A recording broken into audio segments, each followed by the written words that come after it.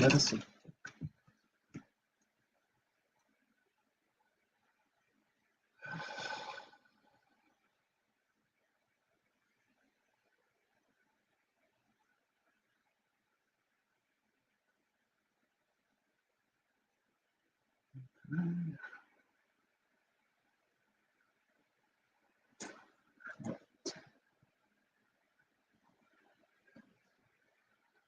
Let's see if it. Here we go. God, 4 months out of it, eh? Sean Moran, Kenny Moran. Right, let's hope some people come on. Going to be on my own Facebook, MX and Speedo Memories Facebook page, and my Motocross and Speedo Memories YouTube channel. Oh, I can see some comments. Hey, Gary. Good evening, all. Lee Ashby here, Motocross and Speedo Memories. We are back. Hopefully, and good. Dave is not on yet, Gary, but he will be soon. I have now started mine. We are on live now. This is my ugly mug. I am on live. Hi, Callum. How are you, buddy? I could see the disappointment following your home defeat to Oxford Cheaters. How did you pass it on to your team? Home defeat to Oxford. Who are you presuming who I'm following, Mr. Gary? Yo, Skip, how's it going? Evening, Mr. Anderson. Might have your names down on my pad here in front of me. Blast from the past. Mr. Courtney, how's it going? Yes. Got some cool Castrol ones. You're not going to believe where I got these from. Temu. Temu. I saw a couple of cool ones and then I thought, oh, yes, I got ones like this, a few Castrol ones. Pretty cool. But hello, Mr. Anderson. We'll bring up the blast from the past tonight. Hopefully, Mr. Martin Connor, I can't go to Oxford tomorrow, so hopefully he said he's going to give me the shield with the England. Yeah, it's been done on the shield for Blast for the Past, winning against, I was going to say Oxford then, winning against Scotland. Thanks, Martin. Hope you're good. My brother from another mother, Floppy David Norris, is on. Thank you, my friend. He knows I'm freaking out tonight. Hello, honey. How's you? Hopefully, I don't know if you're at MX this weekend. Don't say where we're going, but I might be going to motocross practice this Saturday and then maybe announcing the Reunion 5 for next year. We need to get plenty of you Speedway legends down there as well again. Pretty sure Andy Graham will be coming. And also, is anyone going to Alan Graham's memorial at Birmingham? I think it's next Monday. Yay, he's got it engraved. England even sent me the picture. Let's get it up. Let's get it up.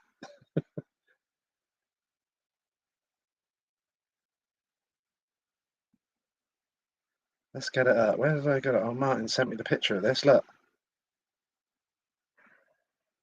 There it is, Mr. Anderson. Blast from the past. England won the series over Scotland. 3 legs. You lost away at Glasgow? No, you drew at Glasgow, first one. Lost at Berwick, so you're 1-0 down going into the Oxford one, and then I come to Oxford to help you guys, and then we had to win it to make it 1-1, and then we went into a golden heat, and Mr. Anderson and Keith Cornell hooked us up with not only a 5-1, we did the whole pairs point system, so we got a 7-2, and then we won the series. Buzzing.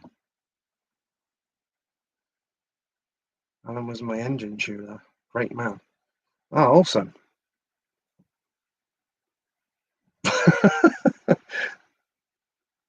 Floppy, are you Mr. Norris? Are you saying that? You saying I'm fat? No, I'm terrible at buying stuff real big as well. I'm like, those gangster rappers that buy everything. Look, I think I got like a 4XLs and it's like huge, but I don't like things. Ugh. This makes my skin crawl. The team effort, Oxford second leg was outstanding. Did you pass it on to the team? Basically, I bullied him into it. No, I didn't. No, I was just giving him lots of love, lots of back end taps. As bad as that sounds, like my dad used to give me when he sent me off to the start gate and across. Loads of love, loads of encouragement. That's all you need. That's all you can do as a manager, pretty much. Did you see the massive Speedway auction? It was mental. Yes, I did see it, and I forgot about it because I was going to go on there and just see what the Swindon stuff was going for and stuff like that. Got like a cheeky little Mr. Broadbank one there that you can probably see me bias Swindon, my dad on the front of the Robins. Oh, Andy Graham's just fell over. The cushions got Floppy there, look. Gary Havelock. Mr. Steve Irving does all these, by the way. He's a legend. Got Michael Lee. Got my uncle Martin Ashby with Bob Kilby there. Exeter v Robins. My dad that he did at the top. I don't know if you can see that. Maybe I need to move that up a bit. This one here is Mr. Pusey's England touring jacket that I'm probably going to sell anyway to one of you fans. Don't know if you can see me. I'll get out of the way. Bruce Pennell, Mr. Irving sent me. Mr. Eric Gunderson, who's going to be on in the next week or two, by the way, Mr. Gunderson. Yeah, so really cool. That's a Ricky Johnson signed thing there. Got lots of stuff in here. I need to. I want to get on here and do the live. I've got 2 tapes from the 1970s from Swindon. I think it's Swindon v Poole and Swindon v Bellevue. I think Mr. Pusey was in that. So that'd be pretty cool to play the 2 tapes on the live. We can have a good chat about it, and it sounds really good as well. It will be 3 years anniversary in October. God, see, that's gone already. Wow. Same as my dad. He's died. He's been gone 9 years now. Time flies by, doesn't it? So yeah. And also I did a live interview as well just before Alan Graham's accident, which was awful, obviously. And spent a lot of time with Andy and Jill Graham. So yeah, hoping to go down there with them guys. I'm sure it's Monday. I just want to double check that. Don't want to give out the wrong date. Let's double check that on the Alan Graham Memorial. I remember Jill sharing it. I'll have to put it up on everything as well. There's me one with Mr. Howe. By the looks of it, I tag everything with Jill. Sorry, Jill. Even tagging her with my picture I took of Andy at Leicester a few weeks ago. Sorry, Jill, I've drowned your Facebook out. When's the memorial? Let's have a look on Birmingham Speedway. Will it be on there? Come on, it's got to be on here, surely. Season ticket order special offer. We have pushed back our season final week with Alan Graham's Memorial Trophy now taking place at Perry Bar on No, it was definitely moved on, so I think it might be. So that was the 3rd of September, so it's definitely changed since then. Hopefully Jill comes on and she can tell me. So hopefully Jill Graham comes on. Where are you, Jill? Let me at her on the. See if I can do that on comments. Can I? I'm gonna try anyway. Jill Graham. I'm typing like my dad would have. I don't know if that'll work. Oh, it's not gonna. Oh, it might. It might. Hopefully Jill comes on anyway. Yeah, who's going to Oxford tomorrow? Floppy's wondering. Who is going to Oxford tomorrow? It's going to be a big one, isn't it? With the Poole Pirates versus the Oxford Cheaters. Oh, where's me? Oh, my jacket's in the wash downstairs. I've got an old school Oxford Cheaters badge put on it as well. Damn. Could have showed you that as well. And is that up here? Where's that? Where's that coat gone? There it is. Look what I've got on my other jacket. Obviously, I've got on my little gilet. That on one side, look, and I'll wear that to the memorial. Look, got my mum to fix it on. Yeah, and I'll have the Alan Graham badges on there. Oh yes, I'll be hooked up. And don't change your screens or your resolutions. This is how tanned and brown I am. My brother always goes to me, when everyone keeps asking you, just say you've been on holiday, mate. It's like, no, just tell people the truth, mate. I have never been on a sunbed in my life. I've had bad skin. Like my dad, I had bad skin on my arms a bit. My face is always bad and stuff like that. And then someone said about going on there and it helps your skin, so I have. It's not for tan purposes. I don't know, mate. I might still come tomorrow. Yeah, it was. Don't mention Oxford now because my guest's on here. All right, just no mention in the Oxford meeting. Right, let's crack on. Let's bring the man in. Hopefully, he's going to be out of here. It's all good as well. Mr. Howe. Yeah, mate. How's it going? Yeah, not too bad. Can you hear me all right? I can loud and clear. Beautiful, beautiful, beautiful. How are you? Yeah, not too bad. A bit tired, but yeah. Cleaning bikes, mate. Trying to get over last night. Yes. So, for anyone that didn't know, can you let us know what happened last night? It rained at Bellevue as normal. Yeah. And yeah, it was a wet one. Mm-hmm. And Ryan decided it'd be really nice if you rode two bikes as well, so that was double the pleasure for me. Yeah, I did see. I can't remember what you did. Put it on a story or something. I saw the bikes in the back of the van, and I saw quite a few dirty ones. So I thought, oh, I remember you saying you was going to do it before we come on here. So I was thinking, oh no, it's got quite a bit to do. Did you say something was broke or bent as well? Sorry? Did you say something was broke or bent on the bike as well that you had to? No. Everything was fine on the bike. It's just very, very, very, very dirty. I like the way you said very, very, very. So, how's it going then? It's obviously been a very busy time for you over the last few weeks. Yeah, it's been a busy few years, really. Yeah, juggling with Ryan and work and whatnot. And obviously this year took on the team manager's role at Scunny. But what else would I do, you know? So I like to keep busy. So I'm going to put a background on this. I mean, I just realised that this is my coming back into my virginity mode again after 3 or 4 months out. I've normally got a nice background with you riding the background. I'll sort that out in a minute. Anyway, but so obviously you've had, like you said. So what's that been like now then? How long has it been since you actually retired the racing then, Dave? End of 2018, I finally retired. And what was the actual reason at the time that you wanted to do that? Was that just a general or? There was a couple of reasons. Well, after my injury, I had a year and a half off when I finally realised I couldn't carry on. But I always felt it wasn't the way I wanted to finish, so I came back for Berwick and I had 2 fantastic years, not riding wise, but I wish I'd enjoyed the first 20 odd years as much as I enjoyed those 2, you know. And I was actually quite worried that I'd do another one and the team would change or I wouldn't enjoy it as much or whatnot. So I kind of knocked it on the head because of that. And one, I'd lost my dad at the start of that year. It was my first season I've ever done with that. And, he didn't really help that much towards the end, but he was always there. It just felt a bit different, and Nikolai Busk Jakobsen was kind of pestering me to help him out next year, and so I just caved and said I'd do that. So and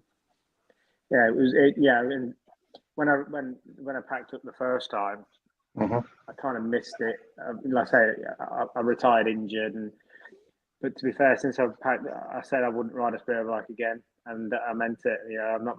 Well, I've been that busy. It doesn't matter anyway. But I don't. People ask me, "Oh, did you miss it? Do you want to come back?" And I'm like, "No, I'm good." And I've done what I wanted to do. Even I might have mentioned that just a minute ago, didn't I? I said, "Sure, after cleaning all these bikes, you don't want to ride," and you went, "No, I'm good."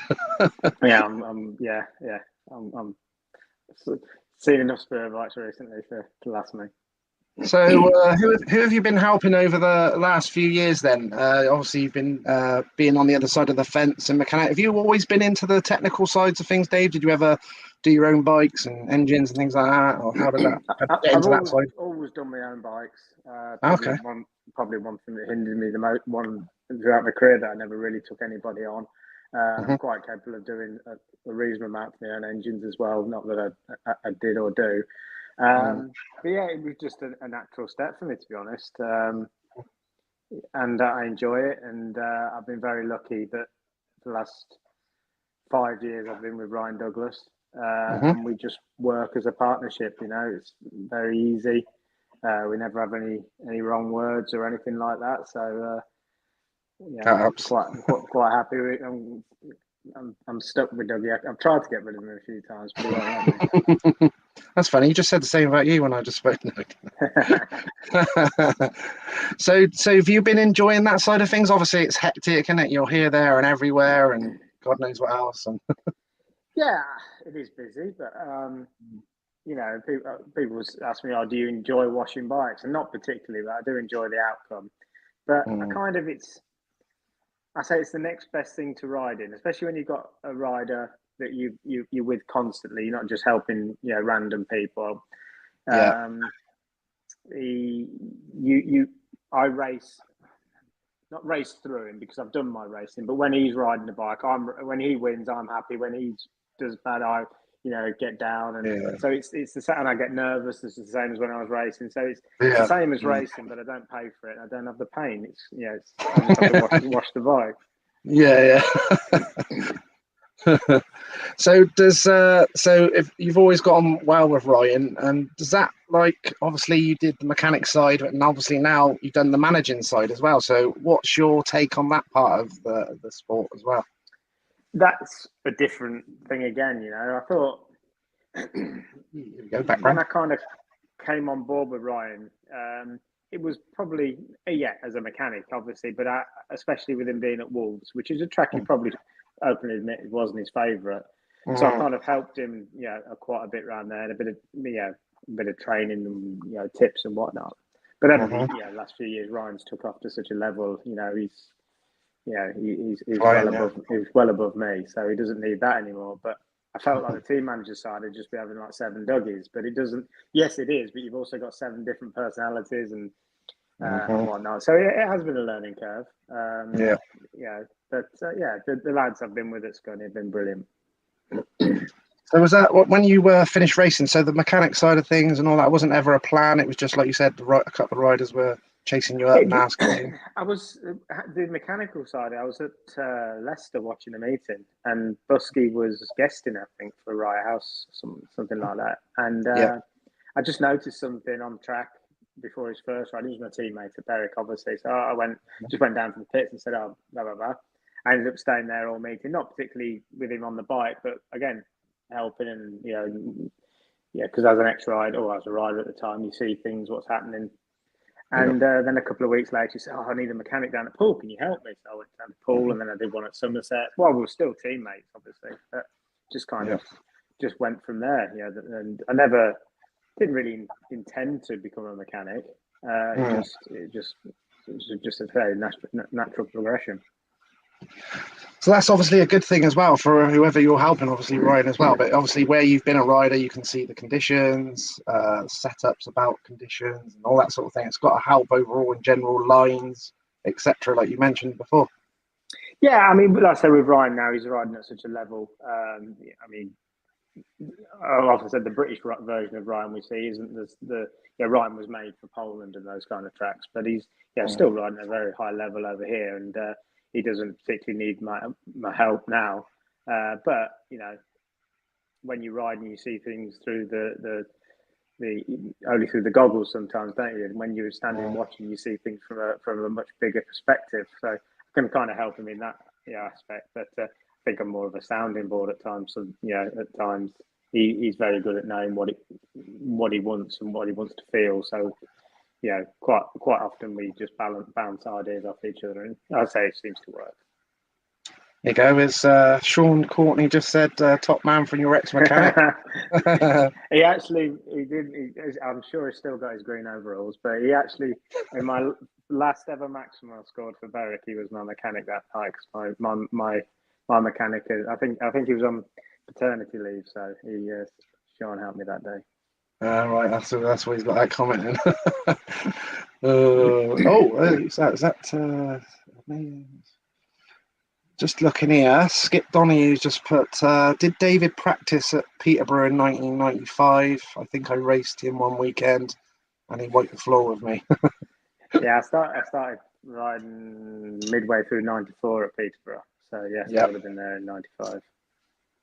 Okay. Did you? I was going to say, didn't I remember? I'm pretty sure I remember. Ryan was really good. He really liked Peterborough as well, didn't he? Because I know he could get his leg back and big track. He was very good. Yeah. I mean, we didn't have the greatest. Not for Ryan last night at Bellevue wasn't the greatest meeting. It was difficult conditions, but the Peterborough, Bellevue, a place like that is normally phenomenal. Yeah, so he did quite well at Wolves, really, because it's like you said, it's a pretty tricky track. And I said we were talking about the everyone calls it the Coulson corridor. I think I even said to PK at Oxford, I said to him it should be a 50-50 split. I reckon. I said because that was the Howe corridor as well. Didn't come off it very much, No. Yeah, it's just Pete Adams mentioned to me when the first press day there. He said, "Watch Pete, Michael," and I did, and it's when the track used to be a lot grippier as well, or the corridor used to be a lot grippier. It was quite an art to get on it correctly. Anybody can get on it, but it's getting on it at speed, and it took a bit of perfecting. But once I found it, I wasn't going to drift off that for the next 6-7 years. Yeah, I remember coming and watch Swindon there a few times. It's like, oh. It was when you got it right. It was just like hitting the turbo button. You just took off. So it's beautiful. Pete was pretty special on it, but I was lucky enough to be partnered with PK for quite a lot of time at Wolves, and it was brilliant to ride with. But you had to be shifting just to stay on the same bend as him. So it was great to ride with.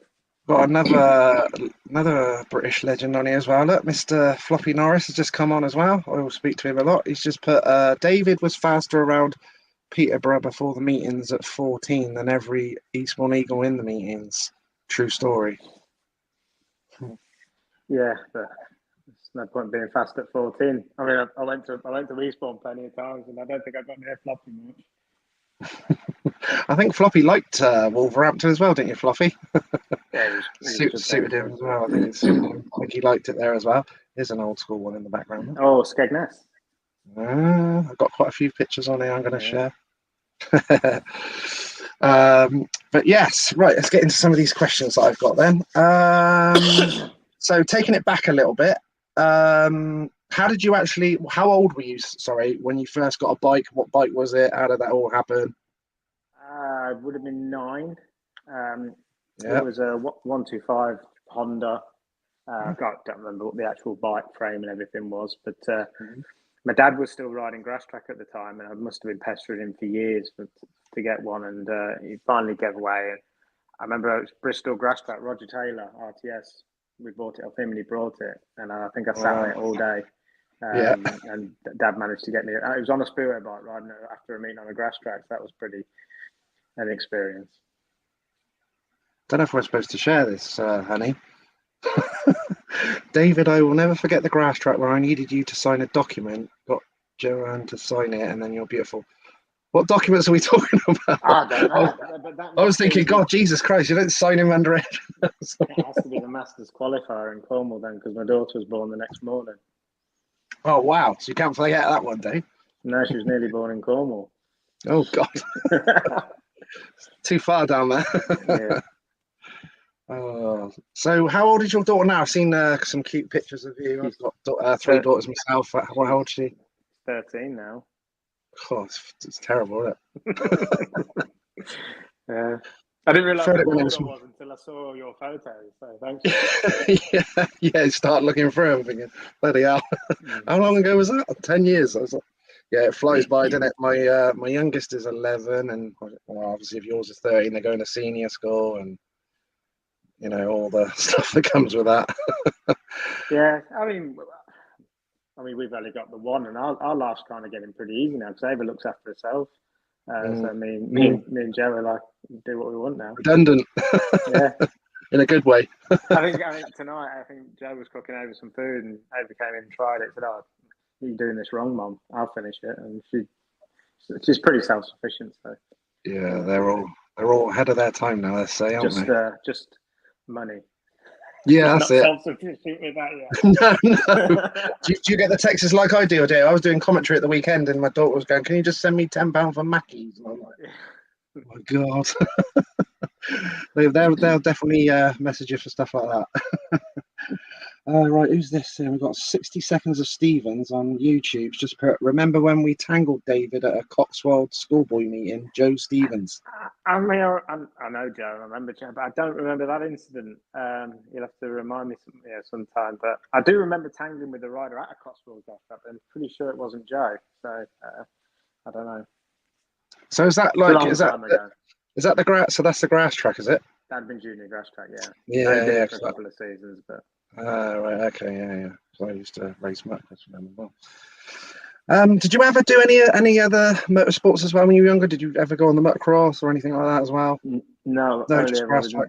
Just grass. Well, Speedway and a couple of seasons of junior grass track. That's all I ever did. All I was ever interested in is only as I got older, I've really got interested in other forms of motorsport and motorbikes. It was just for me, it was Speedway. Because I was just thinking as well the other day, Dave, I was like, when I've spoke to a lot of the riders on it, everyone started either with motocross or grass track and then come through to the Speedway. But there are many riders coming through from the grass track now. It seems to be quite quiet on the grass track side of things. I'm not sure the junior scene really now, but obviously when I was young, there was no real organised junior Speedway. Where now, obviously, Neil Vatcher's done a lot of work and the British youth, and so it was kind of just, we just rode wherever we could, but there was no racing really. Probably why I couldn't pass as I got older. I never raced anybody until I was 16. But no, I never was interested in motocross or anything like that. So like I say, it was just from the moment I saw Speedway. I always wanted. It was obviously grass track. I originally came from as a viewing point of view because I used to go with my dad every weekend. But once he took me to Speedway a few years later, that was it for me. So I've even seen lately a few of the riders seem to be coming from motocross as well and stuff like that. But I think they coming over, they sort of aware that they can potentially earn a living from Speedway. I think that's it. You can earn a living as a decent Speedway rider. You're never going to be able to retire a millionaire, but you can earn a living. So obviously motocross, unless you're in that, top bracket, you can't. It is a money man sport, yeah, for sure. A lot of the dads sort of buy their rides and stuff for kids and stuff like that. But we've said about that. What do you watch a lot of the GP stuff? I know you want to talk about your GP experience as well. Do you watch a lot of it still now in between them when you're working? Do you watch the British the leagues and stuff like that in the GP? Yeah, still a fan. Still a fan deep down. I watch whenever I can I'll watch it. So yeah, I'll be watching it Saturday.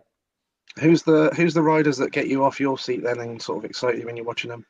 I mean, Smiles for me is just something else. I mean, it's obviously he's become the new when you talk about like my era. Who's your favourite rider? It was Ricardson, wasn't it? Now, Smiles. It's just the way he rides the bike. I think, and also the way he goes about his business. But I'm a big Robert Lambert fan as well. I think he's the way he rides the bike is fantastic. So it was great to see him win that last one. I think that'll open the floodgates for him now as well.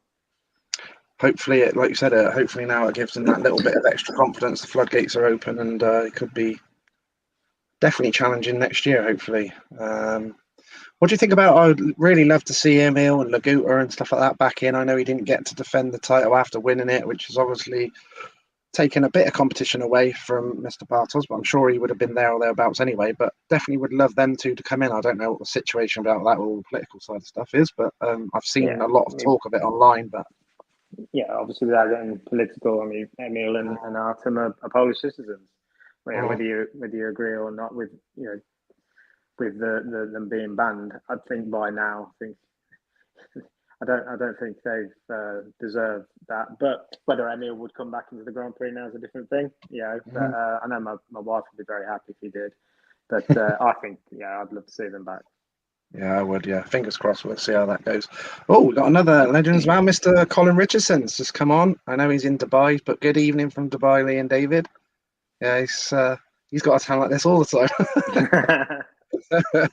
How's it going, Colin? Hope you're good. Gonna have to try and get him on an interview as well. He always told you to see that these legends come on, Dave. Yeah, they're all listening. So your experiences about the Grand Prix, obviously at like Cardiff, etc. What was all that like for you then, Dave? That's been amazing. I mean, I didn't have a lot, but I was lucky enough to. I've ridden at Cardiff twice. The first one was a bit of a blur. That's Jason Lyons.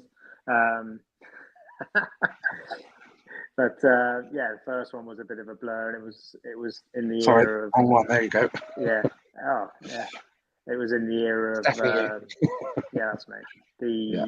Where you had two or three rides. If you didn't qualify, you obviously got knocked out. It was difficult. And the 2003 one that year kind of passed me by without even realizing it, if you know what I mean. But when I rode in, and then I rode in Slovenia later that year, and I was a lot more improved. But the 2007, I pretty much knew that was probably going to be my only and last chance to race there. By then I'd really decided that I wasn't going to keep pushing for the Grand Prix. So I just fully intended to enjoy it and soak it up, which I did. And I can't remember exactly. I think I got 5 points. I think I threw a couple away with hitting a few holes and ruts and whatnot, but I don't think I disgraced myself. You and a young steady there as well. Yeah. Not talking as usual. No. Yeah, you couldn't have looked any further away from each other. Looked like an easy race there. Yeah, I think that was my first race. Oh, say no more. Yeah. That was when Crumpy and Pedersen were going, isn't it? Yeah, they were going title to title each other each of the other years and stuff. I remember. But, because obviously I've been for the last few years and that, but obviously the crowd seemed to have gone down again. Obviously we had train strikes and all sorts of stuff, and then people going about, obviously, what it's like with these hotels, put all their stuff up, treble prices and stuff around that day. It's a bit of a shame really, because it sort of just takes that a little bit of atmosphere away, but it still was super loud this year, even with not as many in there. Yeah, we went this last one, but then you were on the way home, because I've not been to watch a foreign Grand Prix. We were looking at prices for Torren and thinking of going Torren next year, and it works out cheaper, I think, but even with flights and whatnot. So it's unfortunately it's the way it is. Yeah, exactly. Yeah, say no more. Sounds like that'd be good then, because I've never watched one away as well, but that'd be good. What's Colin put here? He's put, I remember Dave when he and Lee rode on the junior track at Reading. I remember that track. Yeah, it was a brilliant little track that was. Yeah, plenty of laps there. Yeah, I rode on the motocross track just literally down the road from it as well. The annoying thing about that, there's still nothing built on it, is there? Nah, nothing. No. Yeah. Madness, isn't it? Right next to that new football stadium. He's put, watching David's dad when he was racing was a sight to behold. Cross between nerves and excitement. He really loved being there. Yeah, cheers, Colin. Nice memories. That's cool.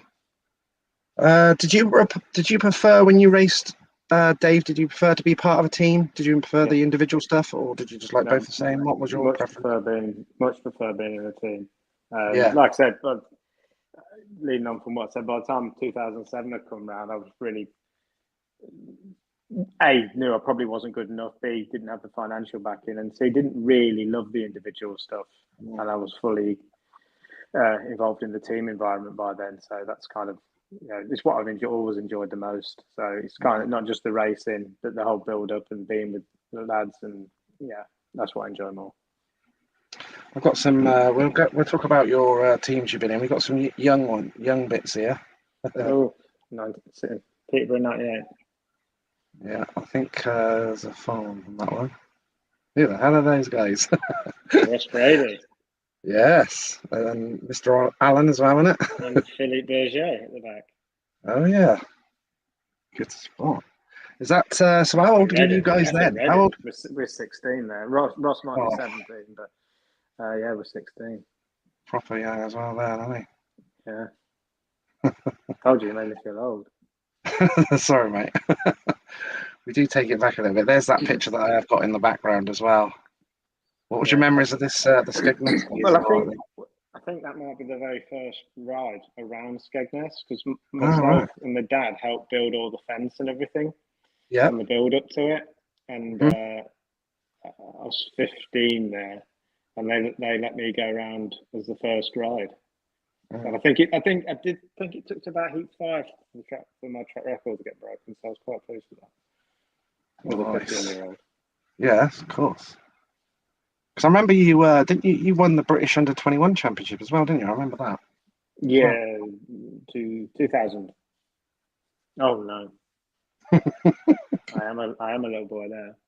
You are, aren't you? Yeah, I Has think your I'm just daughter seen old. any of these? Is your daughter on No, social media?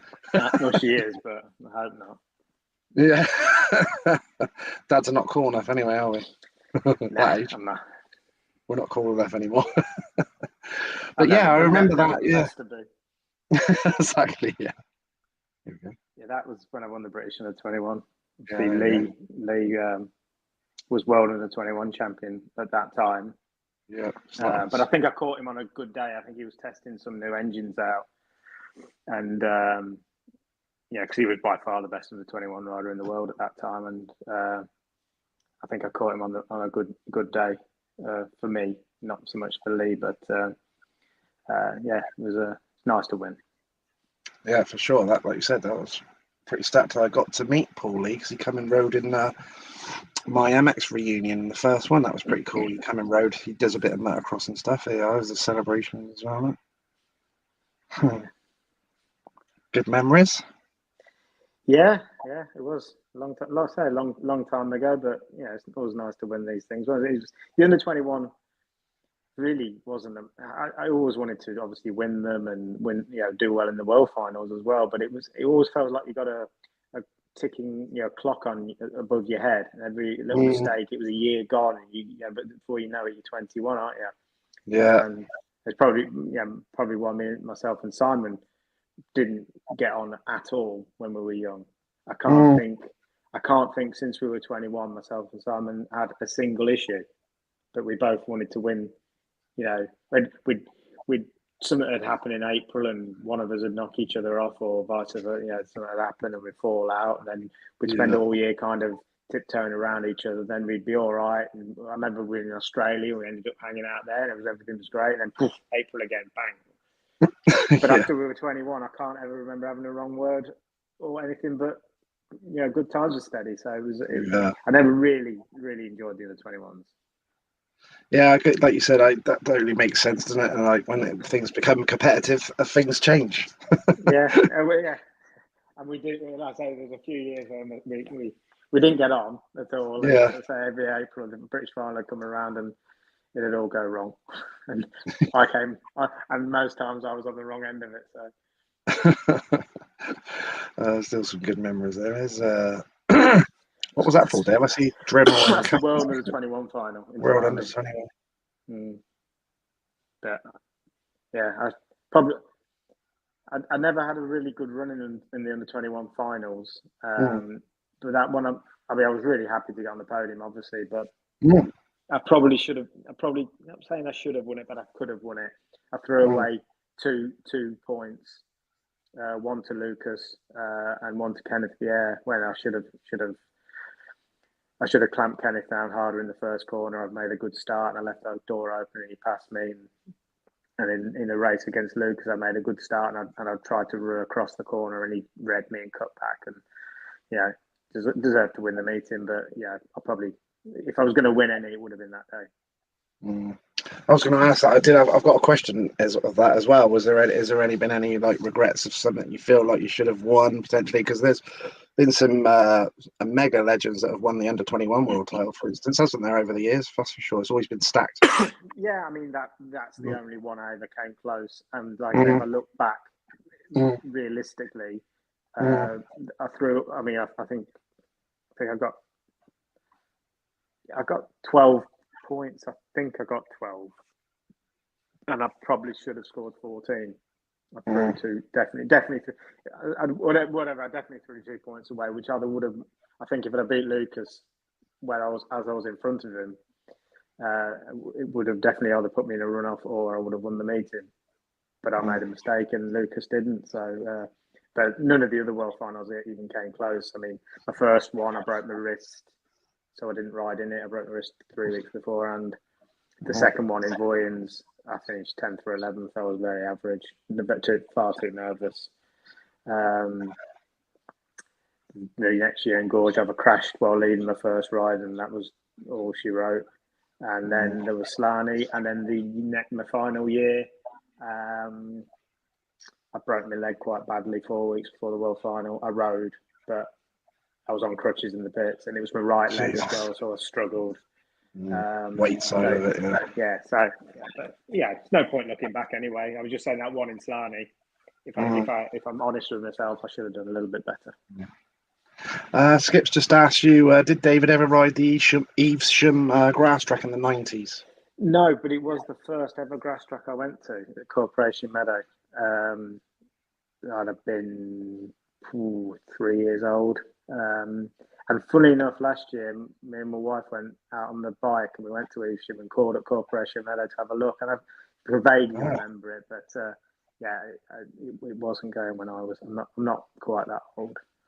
I was going to ask you about that as well, because when I was obviously stalking your stuff and your pictures like I do to dig, I see that you got some nice road bikes and that. Looks like you got some. Have you still got the bikes and get out on the bikes? Yeah, I can't. Yeah, that's my passion now. Yeah, I've got a couple. Yeah, so me and Joe go out quite often. I can't get her off the back now, so. She likes it too much. Yeah, we enjoy it. So that's nice to do together as well. I've got to. I still probably having Joe with me slows me down a bit, but I've got to that. My dad always reckons you get to a stage where you ride a road bike where you enjoy it without having to scare yourself. That's real, and that's where I'm at now. I quite enjoy the ride. Still can go a bit stupid if I'm on my own, but with Joe on the back. Yeah. I was going to say you're probably safer with that. Yeah. She probably keeps you on the straight and narrow a little bit. Well, she shouts at me anyway. I've got the headsets on and she shouts at me if I get to. Oh, yeah, that'll do now. Back her up. Right, so what's Philip Forbes here on Facebook? Hi, Lee and David, loving the podcast. I can remember David being a gentleman in the pits in commentary when he was signing autographs. Thank you. Thank you very much. There you go. So we get some nice. What's properly wrote? Yeah, I was going to say this as well, Dave. I was like, he doesn't need to play it down. He definitely won it. I thought Mr. Richardson might come on and say that as well. He's just put Dave Howe, British under-21 champion. You won it, mate. Third in the world in the under-21s, mate. Don't be playing it down there. Our stunning achievements. You're here. The thing is, though, when I was 16, 15, 16, you get told that you're cocky little shit and all this, that, and the other, and then people knock it out of you. And then when you're a bit more humble, you get told you should be a bit more cocky. You can't win. Yeah, I understand where Dave's coming from because but I'm not obviously not that same person as when I was 15 when I thought the world was at my feet. But I'm happy. I'm an achievement to what they are. But, there's obviously some people done a lot better than some people done worse. I'm middle of the order. Because I remember there. To be fair, there was quite a bit of pressure on you, wasn't there, as a youngster? Everyone was singing your praises when you were really super young and all that, and it's like you've only just started, and it's like all that already on your expectations and stuff. Speedway-wise as well, there was probably no other rider of my age group riding Speedway until maybe. I mean, we obviously came on the scene in '97 in the amateur league when I was 15, and Simon and Ollie and everybody like that. But until towards the end of the previous season, where Simon came off and Ollie came off the grass track, I was probably the only rider of my age group riding around. Obviously Paul Lee and that one, they were a year or so older than me, and so there wasn't much to write about. And obviously I was going around on my own, and you can go around on your own. And like Dave said, I could go around Peterborough on my own. I could probably still go around these tracks on my own at a reasonable pace now. But when you were sitting on the start line with, I could go around the say flop so fast than the Eastbourne riders, but I guarantee if I sat on the start line as a 14-year-old, against Martin and David, they would have beaten me. But so there was a lot written about me, and I was 14, 15 years old. It does go to your head, You take it at face value. You don't look at it and go, "Hang on, I've not done anything yet. I need to." And it was. Like I say, there was quite a lot of pressure on me from youngster, but that's what it is, isn't it? Yeah, I definitely remember that as well. Yeah. What did you do fitness-wise in the winters and stuff like that? Did you do like motocross stuff and stuff like that? What stuff did you do? No, I was more of a runner type person, really. Like I said, there's no other form of motorsport I did, so it was a gym type thing. Boring. Boring. Got to be done though, innit? It's hard work. Yeah, people don't see that stuff. I could do with doing a bit now, to be honest. I'm sure most of the stuff you do in the gym anyway. A lot of carrying and a lot of work, cleaning. Ryan bought me a trolley this year. So I don't have to carry as much now. Is that like one of them beach ones where you got everything in it? No, I can't stand them. I've got one of the sack barrows now. Oh, nice. Oh, bit of an upgrade there. Leon Clement got fed up with me bearing his, so I had to buy it. Oh, did he? So what age do you think you were then when you thought I can do this as a career? Was there like an age or a point? 5 years old. Did you? No, before I even rode a bike, but certainly, obviously, you start to ride and you progress. Definitely from 13 years old. That was all I planned on doing. There was nothing else. Straight down to that. So you had some amazing years at Wolves. That's one of the ones I mainly knew you at as well in my time of watching a lot as well. Obviously, amazing times you had there. Great memories. Super sad, obviously, it's closed as well. I was going to ask you about that as well. So it's a big thing, and like they were a massive club in British Speedway, so it's a big loss for the sport in general. Yeah. And it was a weird one when the last meeting at Wolves, because kind of by then you just assumed something they'd find something. To be honest, the one that I found hardest a bit, Ryan was in the race, the final race at Peterborough, and I actually went and watched from the centre green for that one. It's a big crowd, and that kind of upset me a little bit, because I thought this, I know they're still trying, but I thought, with the showground they don't want them, this will be the last here. And that was hard one, It was because it's where I grew up. I left there when I was, 19. Me and Yanis, he crashed, I didn't. But from 12 years old, I grew up every Friday. It was Peterborough, and it was sad when that happened. You had some successful times at Peterborough and Wolves. Yeah, obviously Peterborough won the league 3 times. With them, Wolverhampton, lucky enough to win with them in my first season. I've been very. To be fair, after 3 years of riding, I'd won 3 league titles, and I just thought that's what you did. It never entered my head that I probably I might. And then obviously, but I think we didn't win the league in 2000 at Peterborough, but then 2001, I think we won the Knockout Cup. And then 2002, I went to Wolverhampton. So it was like a trophy every year. Some good teams you had at Peterborough as well, weren't there? Riders like Jason and Ryan. And Ryan was phenomenal everywhere around the showground.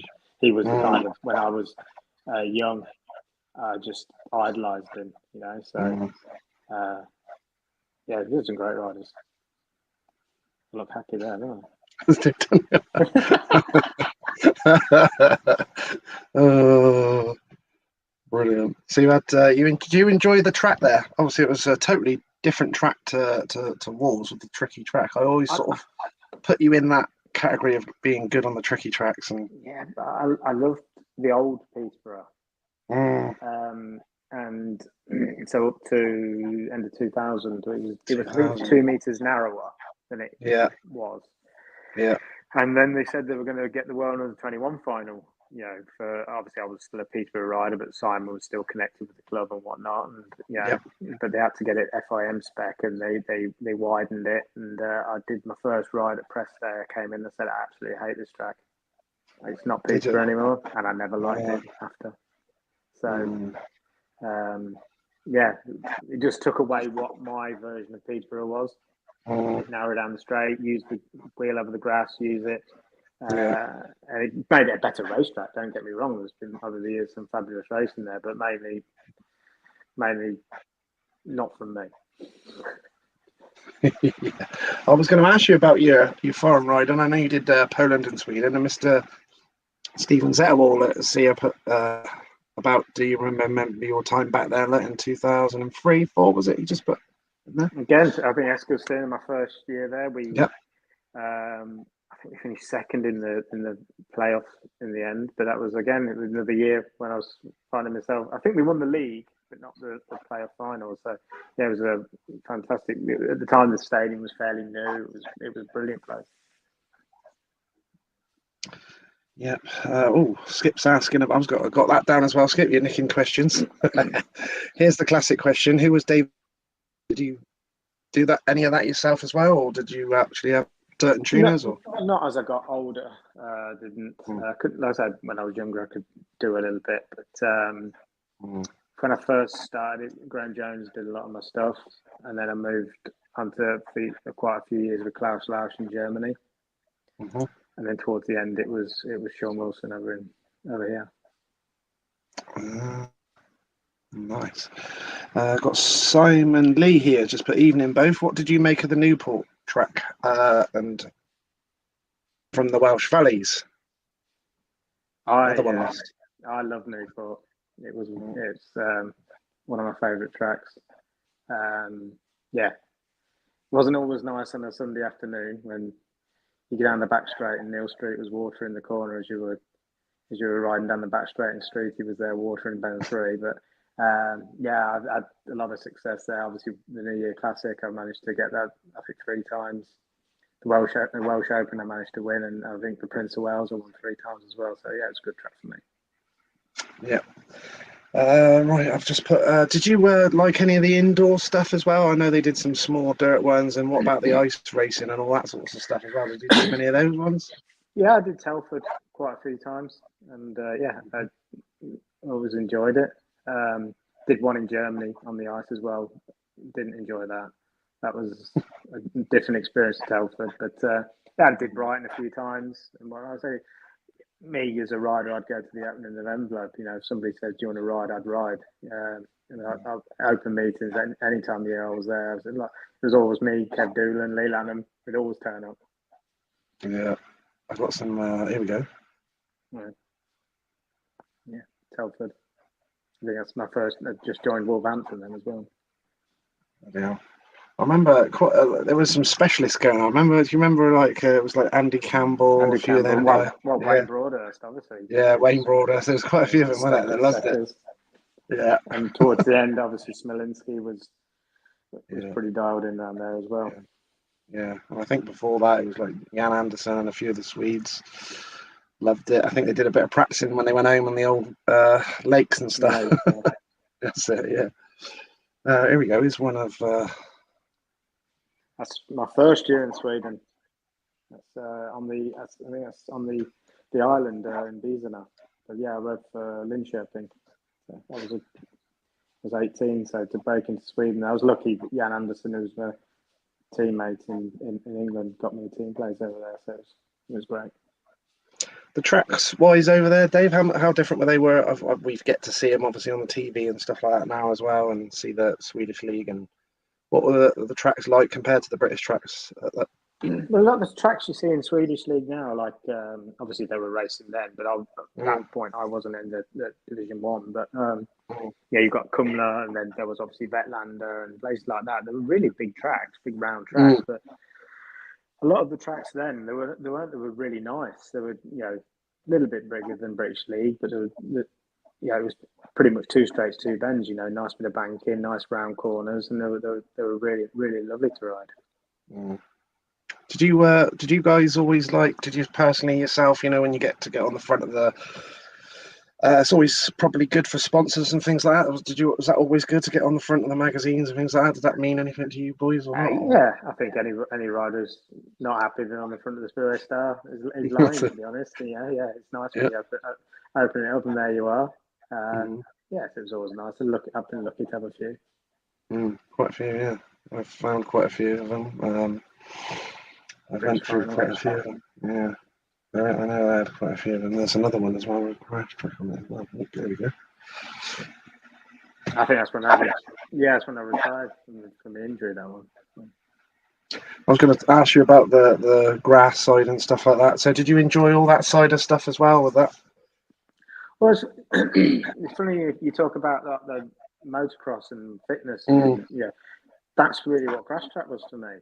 I think I did it quite early on in my career, about 2002, 2003. But I was just so busy. I think 2002, I think I did 136 meetings. Jesus. So something had to give, and it was a long track and grass track. But 2010, I think it was, I just said, I just want something to do on a Sunday. So I just bought a grass bike, and it just kind of spiraled from there and got bigger and bigger. I was lucky enough to get into the Grand Prix and European Championships and whatnot. So, yeah, I really, really enjoyed the grass track. Bloody good pictures as well. I've seen online of you on that as well. Very cool. Yeah, I mean, once you go.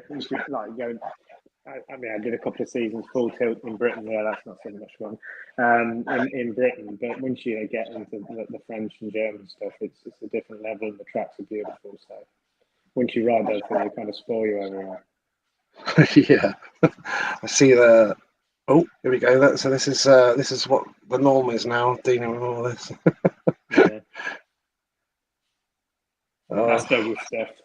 That's Dougie's stuff, is it? Yeah. Is that what you've been doing today? I can recognise Dougie's stuff now inside out, can't I? Yeah, for better or worse. So, heroes-wise, what riders when you were younger? Who were your idols and heroes when you were younger? And did you get to ride with any of them? And was it obviously a massive thing? Again, like I mentioned earlier on, 100% was Ricardson.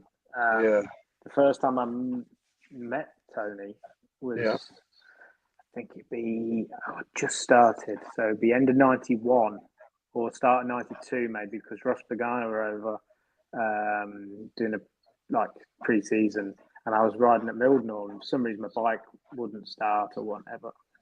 And just this guy came over and made I was obviously a bit upset, and he came and made a fuss, whatever.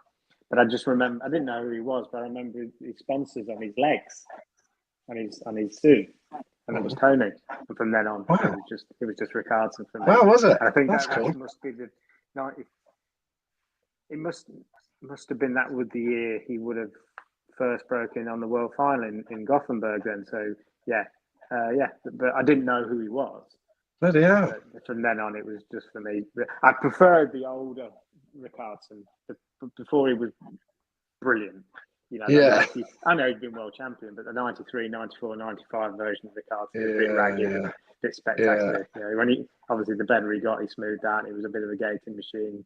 But when he was younger, he was a bit. I remember exactly what you mean. Yeah, I've got some pictures and stuff I've seen of him online. Were really cool from that time as well. And yeah, definitely.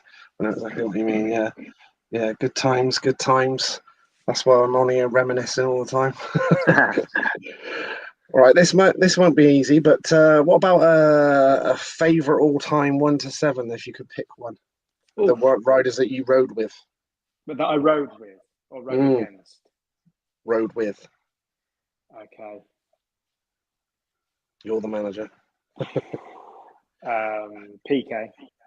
Yeah. 100%.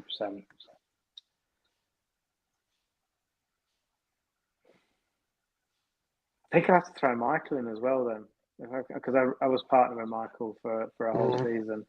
So Pete and Mike. I'll tell him later. Ryan Sullivan. Yeah, so he was good at this.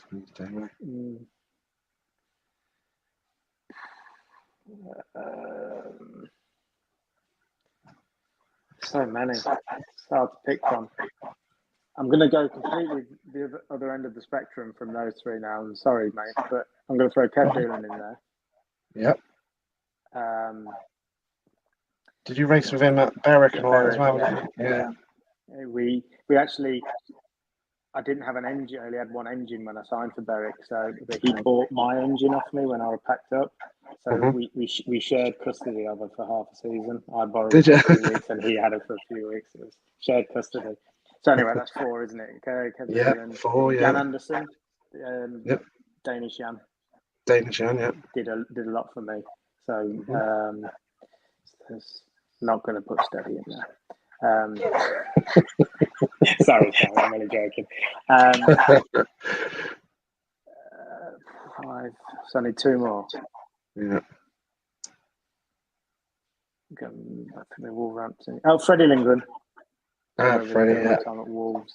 Yeah. And Billy Hamill. Billy Hamill, yeah. Did you rode with him at Wolves as well, didn't you? I rode with Stephen, but I rode with the Mescalstein as well. Oh, of course. And again, he was another one of my boy heroes. Yeah.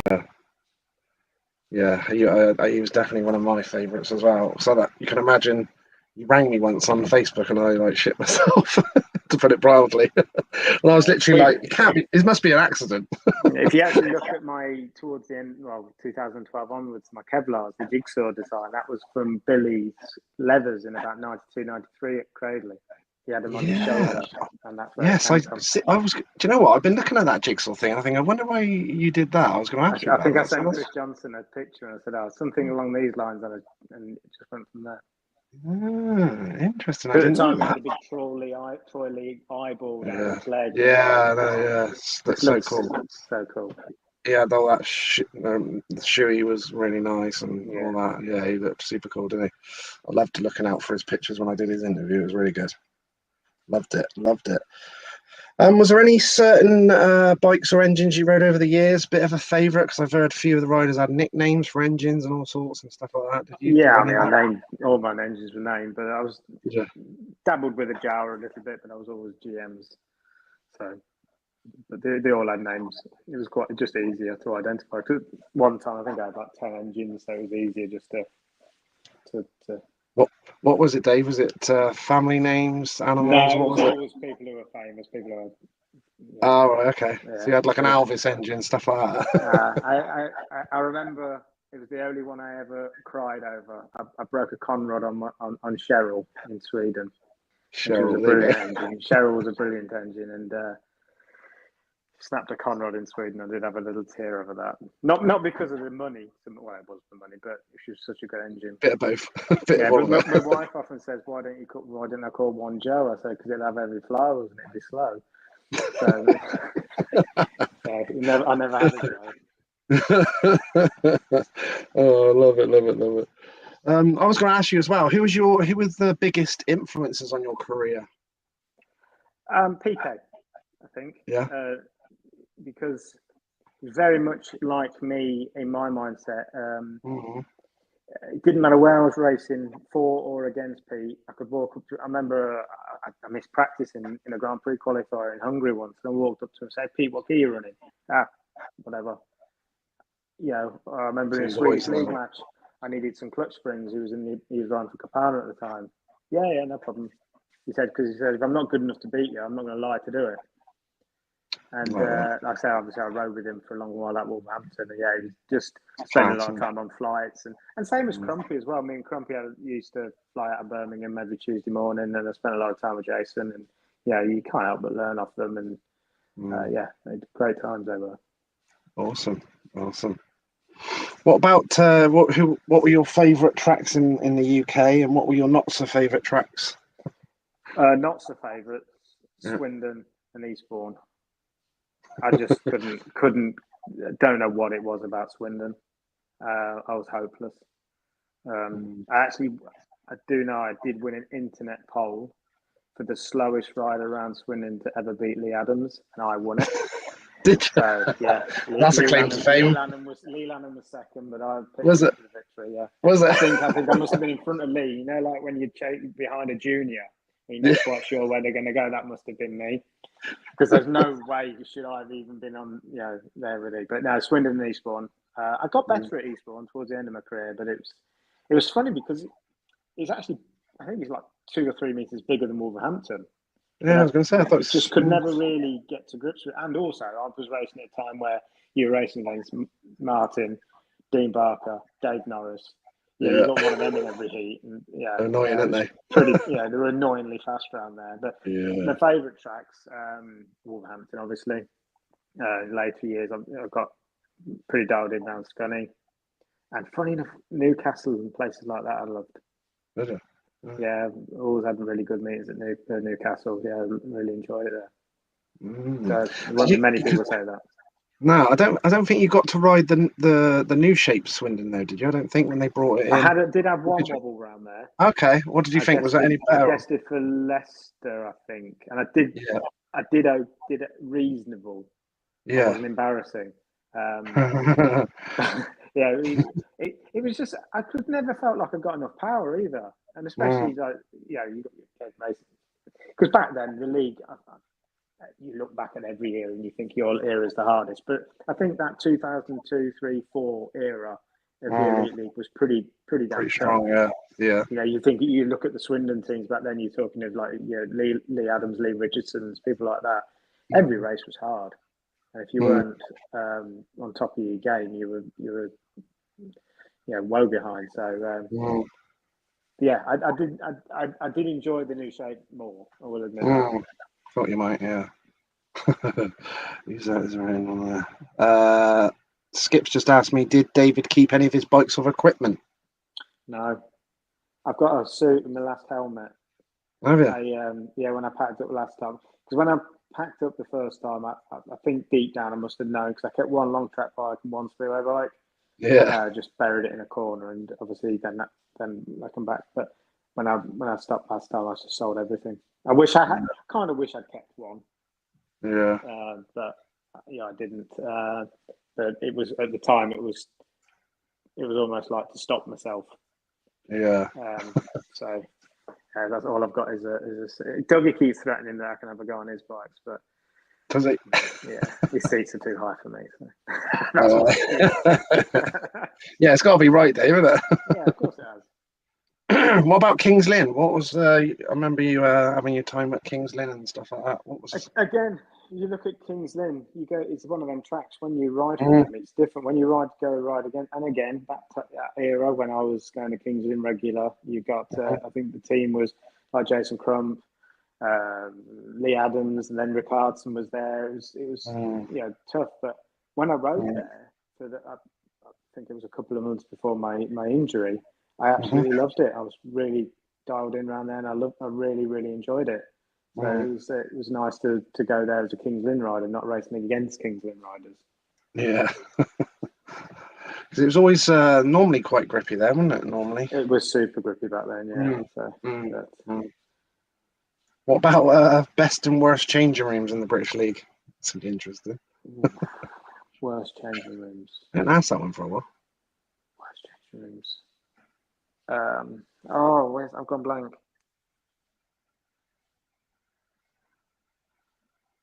Oh, I can't remember. It was absolute shocker. I don't know. I'll come back to me. But best. I always liked. Funny enough, again, a track I wasn't particularly brilliant at. It was Glasgow. The showers. They were like dropped in like baths, and best thing about Glasgow was the shower.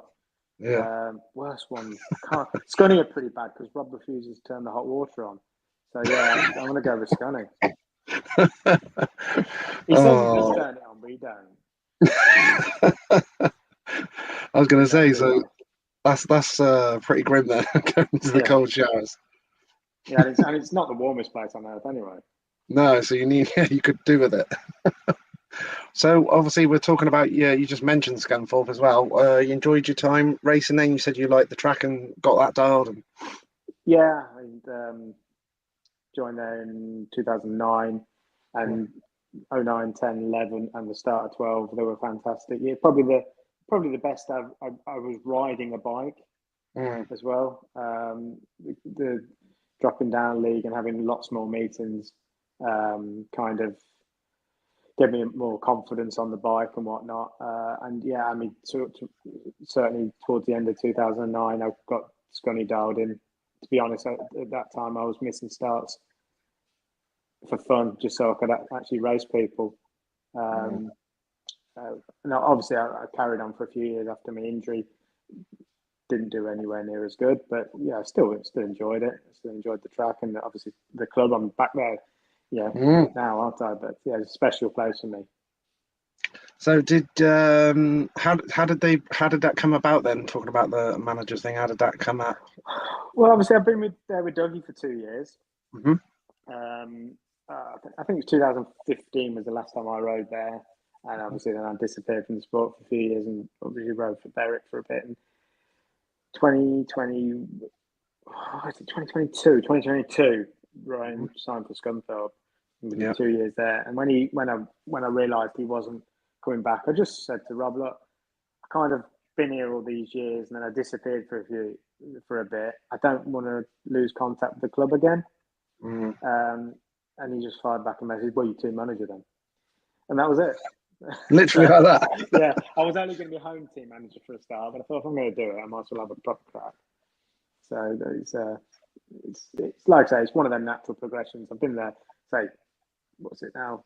15 years, sorry. It's my home away. It's my home, really. Do the boys listen to your home advice as well? Well, I mean, most of them have got it. You think out the team, I think I've raced against Jake, but again, that was the second half post-injury version of me. Toffley, I've obviously been a teammate with him, and Simon. But the rest, to be fair, the rest either know I used to be a Spiro rider, or I'm Dougie's mechanic. Oh right, yeah. But yeah, they kind of forget that, didn't you? Jesus. Yeah, they kind of. But like say someone like Luke. Yeah. He's 17. Well, I think we definitely wouldn't remember me at any decent standard. Wow. But to be fair, they're a really good bunch of lads. And Luke's come on tremendously. Nathan's been brilliant, and obviously, say Simon and Tofty, they've known them for years. So, well, I think the others, maybe I'm just Dougie's mechanic, and they think, well, if Dougie trusts him, we should. Yeah. So obviously, it's now been it's been pretty much a week, hasn't it, since the playoffs and stuff like that. Now you've sort of digested it in a bit. It don't get much better. We were literally just talking about it before you come on. We was going, is anyone going tomorrow to the final at Oxford and this and that? And I was like, right, let's cut that out. They've just come on screen. To be honest, it was like, I mean, Paul did obviously go on obviously losing Ben's not great for them, but they went on a stunning run. But I was always kind of confident with the team from the get-go at Scunny. I thought this is a pretty good team. Oxford kind of snuck up on me a bit. I didn't realise how good they were going to be, but I wasn't. We did well in the BSN and we qualified, and we were doing okay in the Knockout Cup until Rob was team manager at Poole and we lost by 35 or whatever. So that's Rob's fault. But it was only the league we were really bothered about. Yeah, especially, and that was maybe my fault. I kind of just got the league. And then we just had it. We had it with 10 points up. We had it. I think that was after heat 5, and we just let it slip for whatever reason. It just kind of drifted away from us, and we didn't lose that tie at Oxford. We did very well at Oxford. I felt it was a good fight. We lost it at home, and none of us can really put a finger on why, because we have been, until the previous 2 home matches. I think we beat Oxford by 4 in the previous encounter, then lost at home to Poole quite heavily, and then lost heavily, obviously, against Oxford, and we just couldn't figure out why, because we've been winning.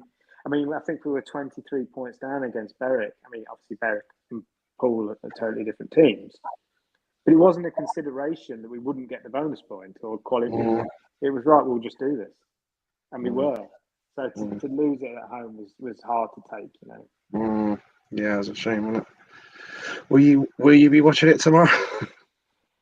If it's on, I don't know what the weather's down there, but it's Yeah, I been know it's been bad in pretty Swindon this way, but pretty damp at Leicester the last few mm, days. So yeah, mm, if it's on, I'll watch it. Again, still a fan. You know, obviously yeah, I'd rather Scunny be in it, but at the end of the day, we have what 5 months with no Speedway, so get it while you yeah, you can. got to watch what you can. Yeah, that's what I'm doing as well.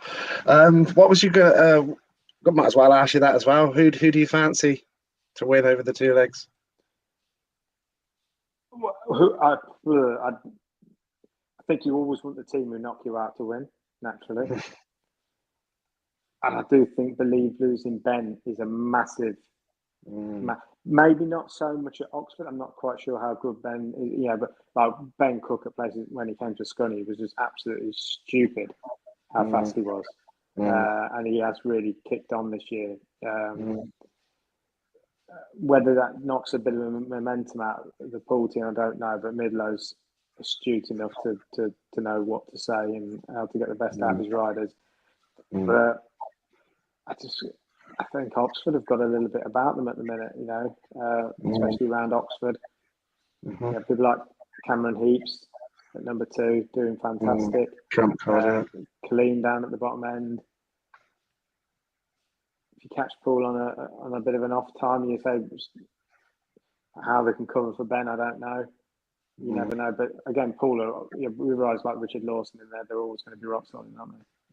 I've just literally forgotten who they've got for Oxford, but I know they've got in Harris for Paul. Yeah, so I see all the Oxford fans obviously moaning with the whole Spires and then the cheers. They're all going, that's shocking. He'll never retire, Chris. No. He loves the playoffs as well, doesn't he? I Any was team. watching a TV program the other day and it was set in 2157 and Bomber was still riding. So yeah, he'll never retire. I know. I swear Nichols has got better and better as well the older he gets as well. Yeah. Mad. I think He's as well, flying again, you get to a certain age where you know exactly, as long as you're physically fit, you know what to do. And also then someone like Scott, he hasn't got the pressure of Grand Prix and trying to ride in Poland and abroad. I think you just enjoy, you go back almost back to a kid where you're riding a bike because you enjoy it. Yeah, you can tell they are as well. Body language and stuff. Yeah.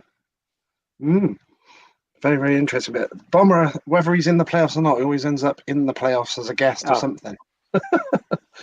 And he's still the same. Bomber still rides the same. Yeah, still he's going to be on the fence somewhere. Yeah. Entertaining us, but you probably actually just mentioned that. We just see a picture of that as well. I think that's a picture of it as well. In the background, you can see that a little bit of the puzzle thing. Did you have any favourite wear over the years, or different Cavalars and stuff like that? Team ones, obviously. Yeah, I mean, obviously I was in team suits all the while, but when I changed to Chris in 2012, that they just felt a lot. We were at the time, I think it was a lot with nylon and stuff. And when you look back at what we were wearing in them early years, it was stupid, really. It was like paper. But yeah, the suits that we wear now, you feel a lot safer. So I was very happy with them. Yeah, what was that?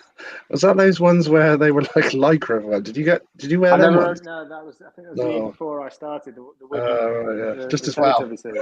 Yeah, no, but I think obviously when I first started, I was still in leathers, but then the nylon suits came, and there was just nothing to them, and there's not many spare riders from that era who hasn't got big lumps of bark missing off them, and they're on your knees and your ass and everything.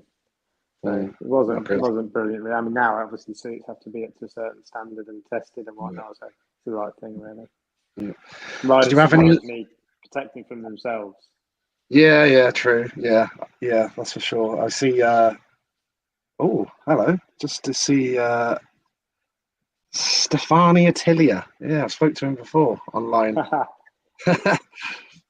He's put hi Lee and David. Good to see you guys. David, can you tell your side of mine passing in? Was that Debrecen? In Debrecen. Debrecen, yeah. In Hungary with Peter Coulson. I think there was a Grand Prix qualifier. Yeah. I can't remember if PK was in the race. He probably would have won it. But I'm sure if he's talking about until he passed me, but I think he had to. I didn't leave him much room. I think he bounced off the fence, and one of the footrest scraped front wheels. It was got a bit messy, but if he, it's not the first time he's mentioned it to me, so he'd probably be. Yeah. So is that how it went? It was something along whatever. I think there was front wheels had got marks on, whether it was mine or his. There was definitely scratches. As again, it must have been. We're talking 20 plus years ago. So, but I'm pretty confident I didn't. I came off worse in that race. It sounds like you brought it up before then. Classic. Oh, what was I going to say? Who are your favourite riders to team ride with? Billy Gennaro, 100%. Billy Gennaro, yeah, it was phenomenal. I didn't race with him much in England. Again, obviously he was Coventry, but he was the same to race against as ride with. But I was lucky to race with him for a year or so in Eskilstuna. And you could get a 5-1 with Billy, and the times could be 5 seconds slower than any other heat time. He would just be glued to you. He had a sixth sense. He knew where everybody was. So yeah, like Gennaro, again, Hamill, the American type riders, they're brilliant to ride with. I'm sure he's still riding in America. I keep seeing bits and bobs of him, and he's still riding over there, isn't he?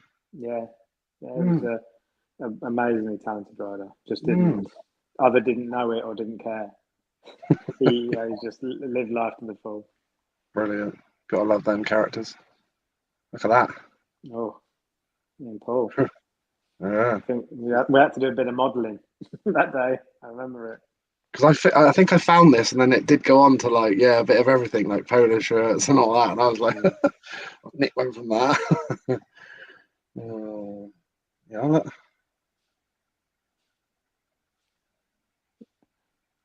That got snowed off, unfortunately. We had to run it in May. How did it actually go? The one that did run?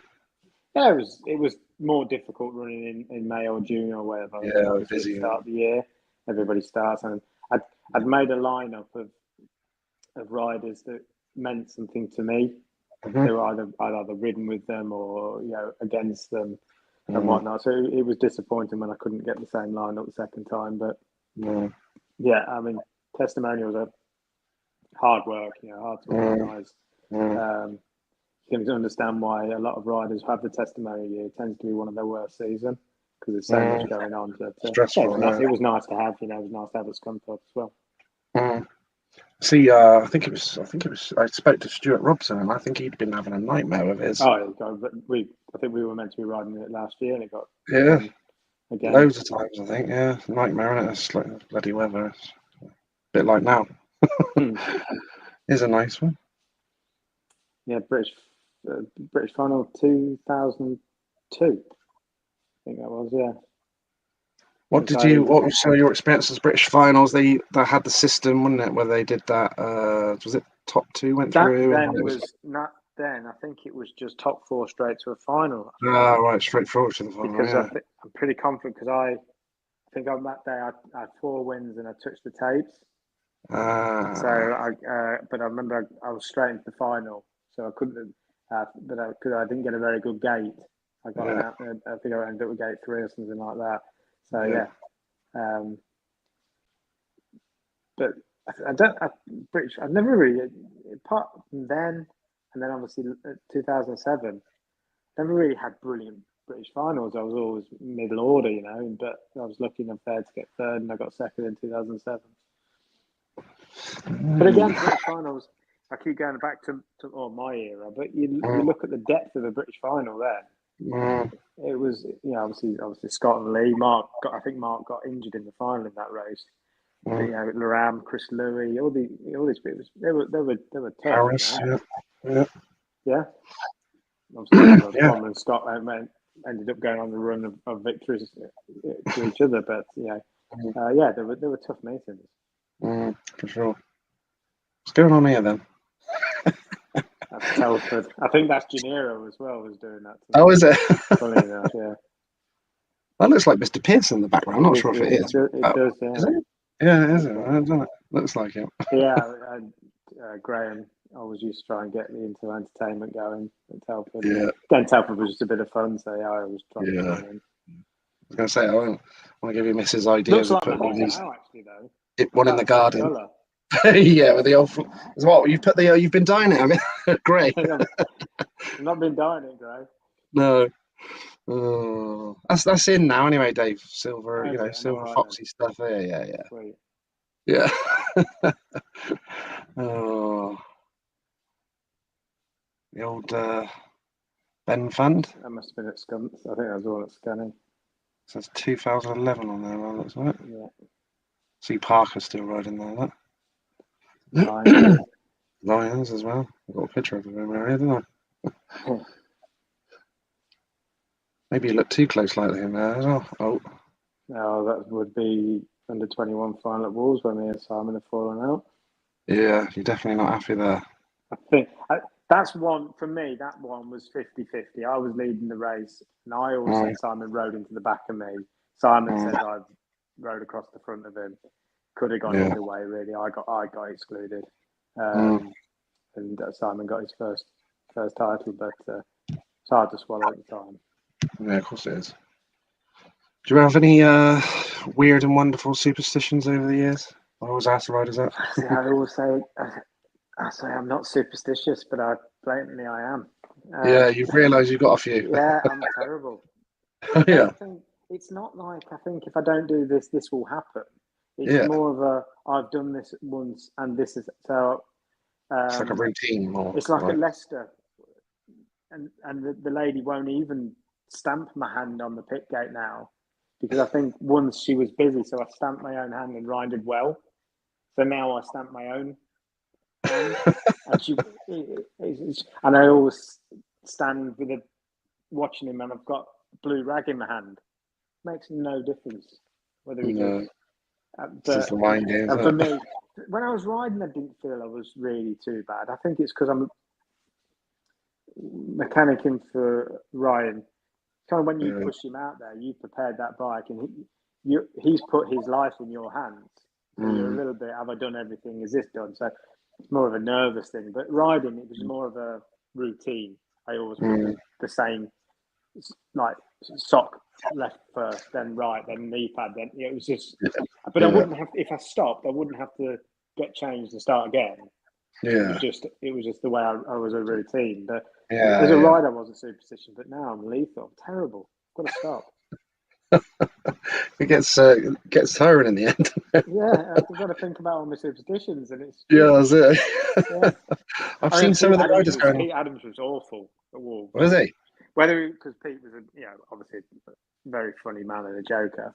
Yeah, you wouldn't think so when you speak to him, but he is. And I think my first year at Wolverhampton, we'd gone for a really good run. We hadn't been beaten for ages, home and away. And he just goes, "Oh, boys, you've got to lose tonight. My undies are really starting to smell." And he said he hadn't changed his undies. And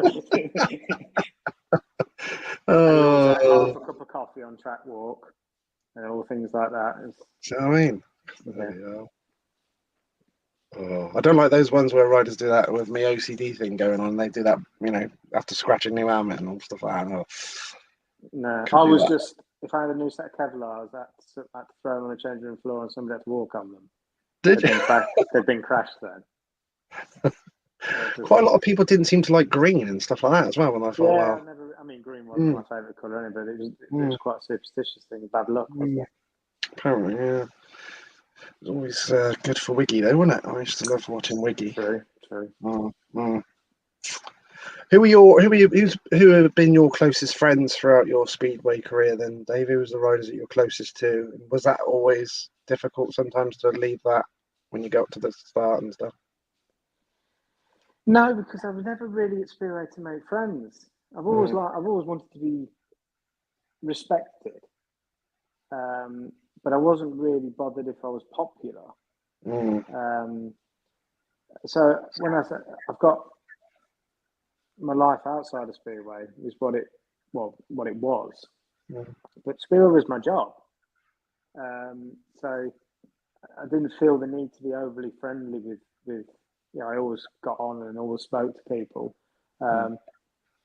So I wouldn't say I had lots of. I've got plenty of riders. Like I say, I talk about Kev Doolan. Really friendly with him, but he's not my best mate, if you see what I mean. So I never really had an issue differentiating the two between my work and my home life. It was friends with my friends, and obviously my inner people who are closest to me. But then when I go on the start line, it's just another rider. I suppose, like you said, when it's work as well, it's more associates, isn't it? Well, I mean, when you're young and you're idealistic as well, you want everybody to like you. You want to be popular with the fans, something the other. And I found it that really difficult to deal with when I was, and I probably said and did some stupid things. The internet was kind of not in its infancy, but the Speedway forums and stuff were taking off, and I found that really difficult to. You'd read one, and I'd sit and read everything. I mean, now I just don't. I really do not care what anybody says about me at all. It's not that it doesn't upset me, just doesn't register. I mean, Joe will say, have you read this? And I go, I just don't care. As long as you're not saying it. But back then it did, and I really found it hard to deal with. Again, it's a bit like I was saying earlier on. When you're young, you're cocky, and you get told you're cocky, and then they get knocked out of you, and you told you need to be more cocky. You can't win at times. And I just couldn't understand what. And you read a negative comment, you could not be 1,000 good ones, but then why is this person saying? He doesn't even know me. Yet they've judged my personality and me, on something, and it really did bother me at the time. And I found it quite hard to deal with. I said the internet was new and everything. I say that now, I could just turn that noise off. I need some training on that, Dave. Like you said, you get loads and loads of nice stuff, and then it's just that one person that just says something, and then you're like, it's like... occasionally I still get it now, and especially if maybe I've had a drink or something, I'll go on there and correct the grammar or something like that, and leave it at that. I'm that person. Has there been certain meetings or even races that have still stick in your mind, that are certain memories that really stand out for you? I don't know about certain races, obviously, because it'd be easy to say Cardiff racing there, obviously fantastic, but if you have to ask me what was the best meeting I ever rode in, personally, I'd have to say it was a meeting I did at Newcastle in 2012. So but who wants to be told about a race in Newcastle when you can mention Cardiff? You know what I mean? It's not sexy, is it? But over the years, obviously, I had so many races, and I was talking about my first year at Scunny. I went through a phase there where, I mean, I didn't get beaten. I think I went to like 25, 26 heats unbeaten. Got excluded. Told Rob I was going to get excluded before I got excluded.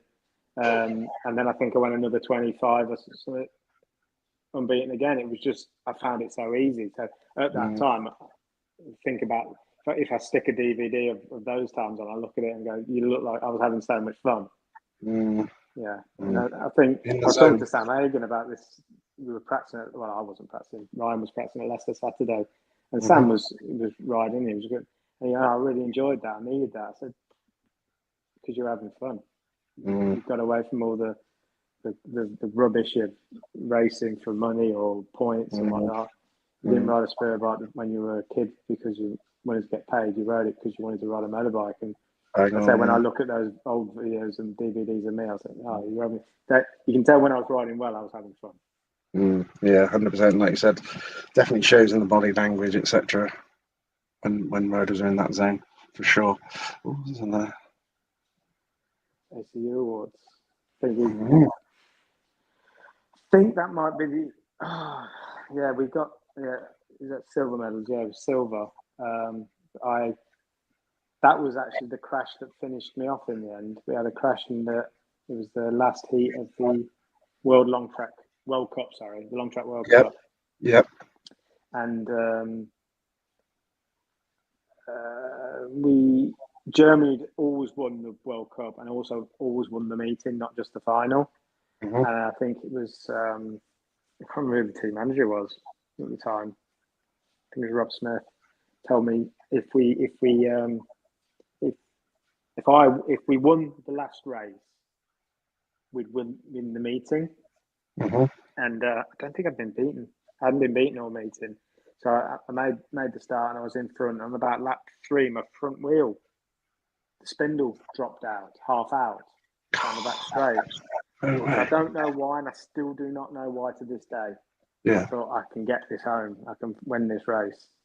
And I remember going down the back straight and I'm sitting on the back mud guard and keeping the front end light and turned into the bend and the front wheel was pointing towards the fans and the handlebars was pointing towards the centre green. And I crossed the line. And again, another stupid move I did. I didn't jump off. I shut off. And when I shut off, the bike just lost all the centrifugal force and whatever. And it buried me. And I'd just come back from my original shoulder injury and I tore my rotator cuff in my other shoulder. And that's what I never rode again that season. I never rode again the same. But I was just literally about to talk about But injuries. I won the race. I did win the race. Well, as long as you won the race. You got the job done first. Yeah. Obviously, we all know the part and parcel of the sport. So you've had a lot of injuries as well. Obviously, it sort of stops a lot of riders achieving certain things and stuff like that. But so you said like shoulders and things like that. I remember you mentioning the leg and stuff like that as well. Yeah, I mean it's part and parcel, isn't it? I've certainly had my fair share. Mm. But never. But there were never injuries that bothered me. You know, I think I broke both my wrists. I broke my ankle 3 times. I broke my leg twice. Probably the leg was a badly timed one. It was just about 4 weeks before the Grand Prix Challenge at Poole, and I'd been going really well at Poole that year. And it was kind of if you look back, it was kind of an easy Grand Prix Challenge. And I was I'd lost the run off to PK in Italy in the qualifying round for second. I finished that. Sorry, I was second. He won the meeting, and I was on a bit of good form. I thought I can do this, you know. But I never got to ride in it, so that was a badly timed one. But I never really had injuries that affected me until the shoulder, and that still affects me to this day. Probably my own fault. Remember when I did it, Jason Doyle told me, do everything properly, take your time, do the physio. Nah, did I? You know, I did what I wanted to do, and now I'm paying the price for it now, to be honest. Is there anything you can have done to it now? Or? Possibly, I don't know. You know, it's one of them. It doesn't really hurt me. It's not one that it doesn't. But I've just got very limited movement in it. So luckily I'm left-handed, and luckily I'm a bit older at the minute. My knees are good enough where I can push Dougie off, so he's happy. That's all right then. Did you enjoy your obviously your time at Berwick as well? I've just got to pick up. Absolutely loved it. It was again wasn't riding at any high standard at all, but it was just the right, you know, for me to come back and do that. You know, nearly 2 seasons. It was phenomenal. I had such a good time. Got on so well with all the boys, and as I was older, I was more team orientated as well. And I just, and again, one of the reasons I packed up that at the end of 2018, because I thought, what if I do another year and don't enjoy it as much? Because it was just, I still, you know, get on with all the guys now, you know, Jai and Kev and everybody. Absolutely loved it. If you'd have asked me 10 years ago, would you enjoy riding at Berwick? I said no. It was always one of those tracks. So never mind. It always did, you know, pretty decent there. But it was always, at least I ain't got to come back here next year. But you know, then I started, and then, you know, and the town, everything. It was just the right time for me. And say if I'd have enjoyed, that's my final ever meeting. Was it? I'd done a long track about 3 weeks before, and I had my final ever long track. I was leading that, and the chain snapped, and I got a concussion. I didn't ride for a few weeks, and I still wasn't very good. And they asked me, I pulled out, and on the Friday, Scott said, "Do you want to ride? We've got a spot." And I said, "Yeah, I'll do it, no problem." But on parade, Busky was going, "David, you're going to retire. You're going to come and work for me. You're going to work for me."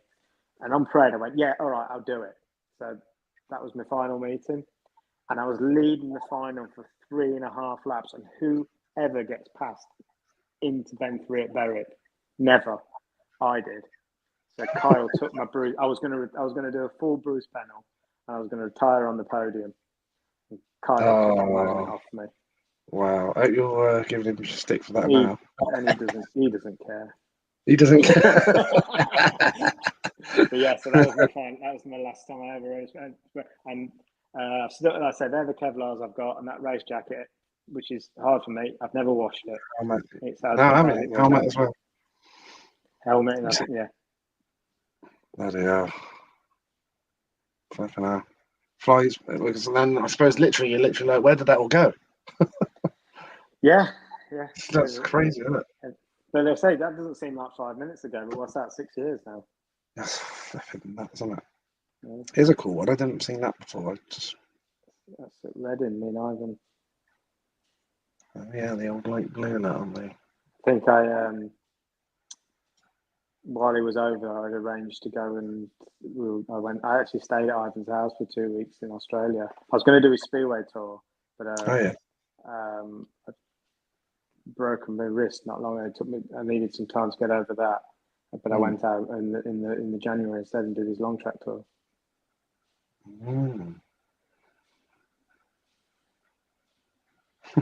Yeah, I was at British semi-final at Newport. I actually got knocked out there, so Midlow was trying to tell me, "Don't worry, Dave, you've got plenty more years left."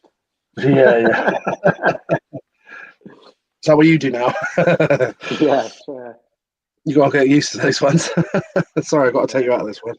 What's that actually like as well? Because all of a sudden, next minute, you're taking riders out of races. Yeah, that's what I found the hardest thing, to be honest. Yeah. You know, I remember the first time I did it, I was at Redcar, and I went up to Luke and said, I'm ever so sorry, Luke, I'm going to have to take you out of this ride.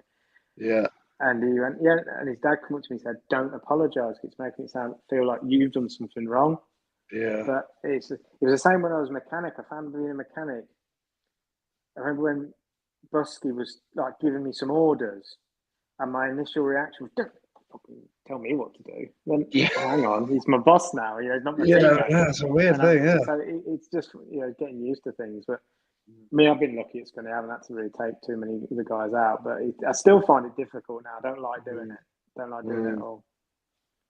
Because it's the rider in me, I suppose, as well. When you're not riding, you're not earning any money or getting experience. I said to Luke at the start of the year, and Nathan, as many times as you can, I'll give you 4 rides, because you're not going to get any better with sitting in the pits, are you? No, that's very true, mate. Yeah. So at least you've got that thoughts as well. There's got where's me? Got a picture there. That was I think that was down at the Bob Kilby thing. Is that Swindon? Yeah, I think it's the Bob Kilby Memorial where they were doing like Oxford v Swindon. They must have been struggling for riders if they needed me. Because it looks like Scott the Swindon. That's Scott and Tudor, isn't it? And Luba. Yeah. And it must have been.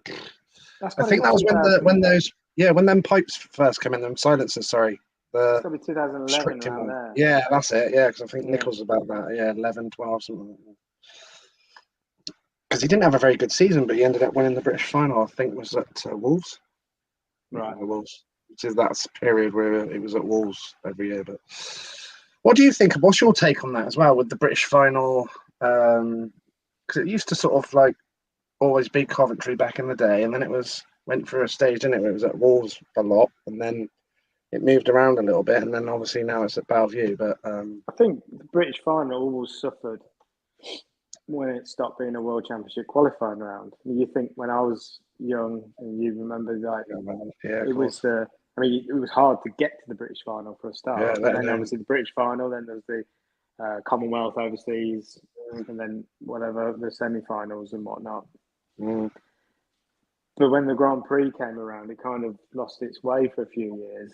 But I think it's kind of in the mid 2000s. It was kind of yeah, it did lose its way, and probably the money isn't fantastic. I don't know what the riders get paid, but I pretty much guarantee it won't be a damn sight, certainly if you're not in the top 4 or 5. And at the end of the day, riders ride to make this their job. So I could see it from promoters' sides as well. You know, crowds are blah blah blah blah. But whether you like it or not, spear riders are money motivated. So if you put maybe a little bit more money on it, it's the same as the what is it now? The Championship League Riders Championship. 10, 15 years ago, you got a bike. Yeah. Everybody, you think of the Sean Wilsons, Carl Stoney was battling it outside. Compton. Yeah. It meant something, and these meetings have kind of lost the way. And that's why you get riders pulling out. I mean, the value is the product. I think the British final was, especially with the likes of with Dan and people like that who are quite passionate and want to be British champion. I think it is bringing it back slightly now. And obviously the wild card helps no end. Yeah, that must surely help as well, like you said, for the Cardiff thing, for sure. Yeah. What about Glasgow? No, you said Cardiff. Shouldn't have happened. No. I stopped riding for Scunny because I was injured. Yeah. And but I wasn't ready to retire yet. I knew I needed to, but I wasn't ready. And Stuart rang me up. I think he'll admit it as well. He signed an average, not the rider. He needed my average to fit, really, to keep spots open. And he either rang me up and I said, no, I'm nowhere near fit and blah, blah, blah. But they carried on for about 3 or 4 weeks, really tickled my ego. And in the end, I decided that they were right and I was wrong. And I need to ride for Glasgow. And it very, very quickly became apparent that I was in exactly the same position I was 2 months earlier at Scunthorpe. So, shouldn't have got nothing to do with the club. Stuart was the team manager at the time, and the Sainers had recently taken over. They were fantastic. The fans were great, but it was just me. I shouldn't have been right. It shouldn't have been riding the spear bike. Never mind riding the spear bike at Glasgow. Yeah, I think that's actually one where I think that was our final British Under-21 fight. So we were friends again then. And Simon won. I think that's the year Simon won, and he fully deserved to win that one. Can't argue with anything that in the final year. So I think it was 2003. Yes, 2003. And he fully deserved to win it that year. So I think that maybe Mike Patrick got that staged because we had a bit of a tussle the year before. That's what happens, though, doesn't it? When it gets all competitive, it's easily the.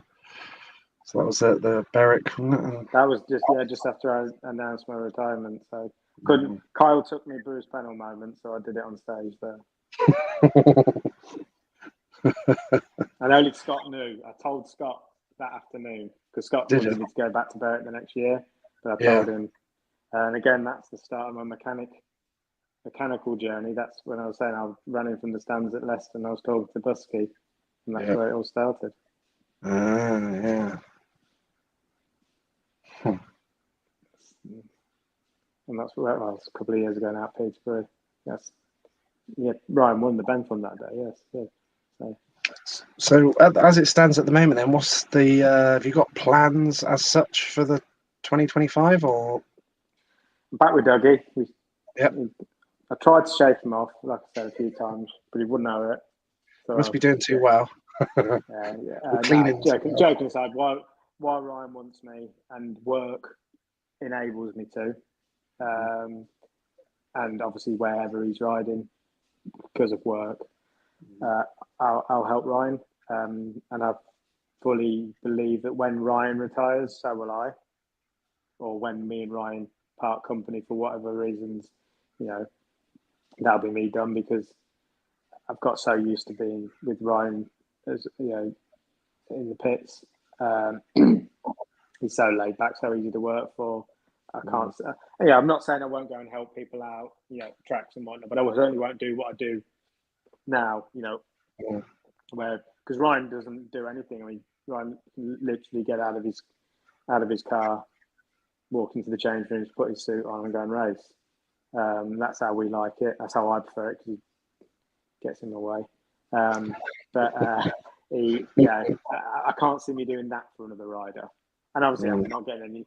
It's hard work. It's quite, especially like when last night you've got 2 dirty bikes. Sounds, you've got till Thursday. You race me now. I've got till Thursday. But I've got to work a full-time job as well. So it's kind of that's kind of difficult. And my full-time job is I got home from Bellevue at 12:30, and I was up at 4 to go to work, and it'll be the same tomorrow morning. So it gets tiring towards the end of the year. But I'm back with Ryan, and I haven't spoken to Rob about Scunny, but the way he's speaking to me, I think I'm back there next year. One more bit further next time, one more. But like you said, it's very, very close as well. They're only in the final on that first. Well, we're in the BSN final. It's probably unfortunately, the BSN. It's probably the third. If you grade the trophies, it's probably the third one. But I suppose we're thereabouts of the league. We're knockout cut. We made the semis. This we've made the final, so I can't say it's a bad season. Does that make you think as well? Oh, I'd love to have another go at that next year. The league. 100%. I'm not like a kid with a colouring book, and I've coloured outside the lines now. I'm already turned the page, and I'm thinking about that. I love that terminology. Oh, I love it. That's brilliant. I've got a good one for you, actually. Who was your favourite team managers during your time of racing? See, I've been very lucky to have some great team managers. One of the... But it'd be Pete. Yeah. Peter Oakes was good and helped guide me when I was young, and still someone to this day. If I needed advice, I could ring up. Yeah. But Pete, he was brilliant. Yeah. Knew how every one of his riders ticked. Knows just what to say to certain riders. Some riders need a bit of a kick at the backside. Some people need a whisper in the ear. And he knows just what to do. And his record speaks for itself anyway. So, have you taken anything from any of the managers that you've dealt with and what they've done, and you thought it was good? Have you used any of it? I've tried, but obviously you're obviously your own man, but your own personality. Yeah, of course. I never wanted to be a shouter or anything like that, because I know as a rider, if you shouted at me, I'd just shout back.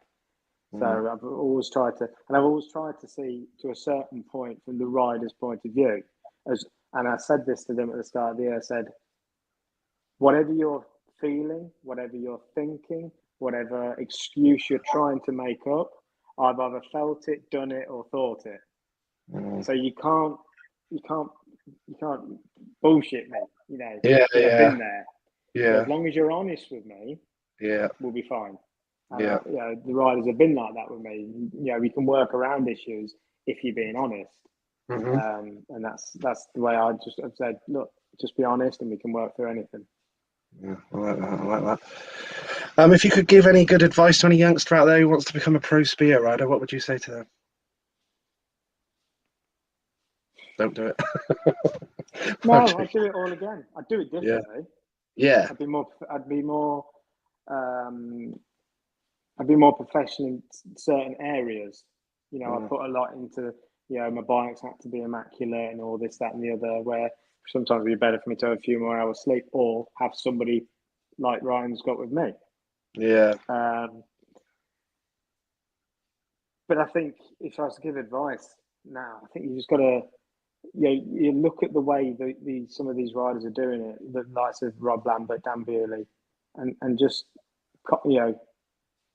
copy them almost, because they've got it sorted. The level of, in the last 10, 15, 20 years, the level has just increased so much on Speedway, and these guys are at the top of the game, and I think it's great to watch. I go on about all my, we all go on about my era and whatnot, but I think this era is brilliant now. When it's right, when it's good, it's fantastic. So just look at these guys, and don't let anybody tell you can't do something.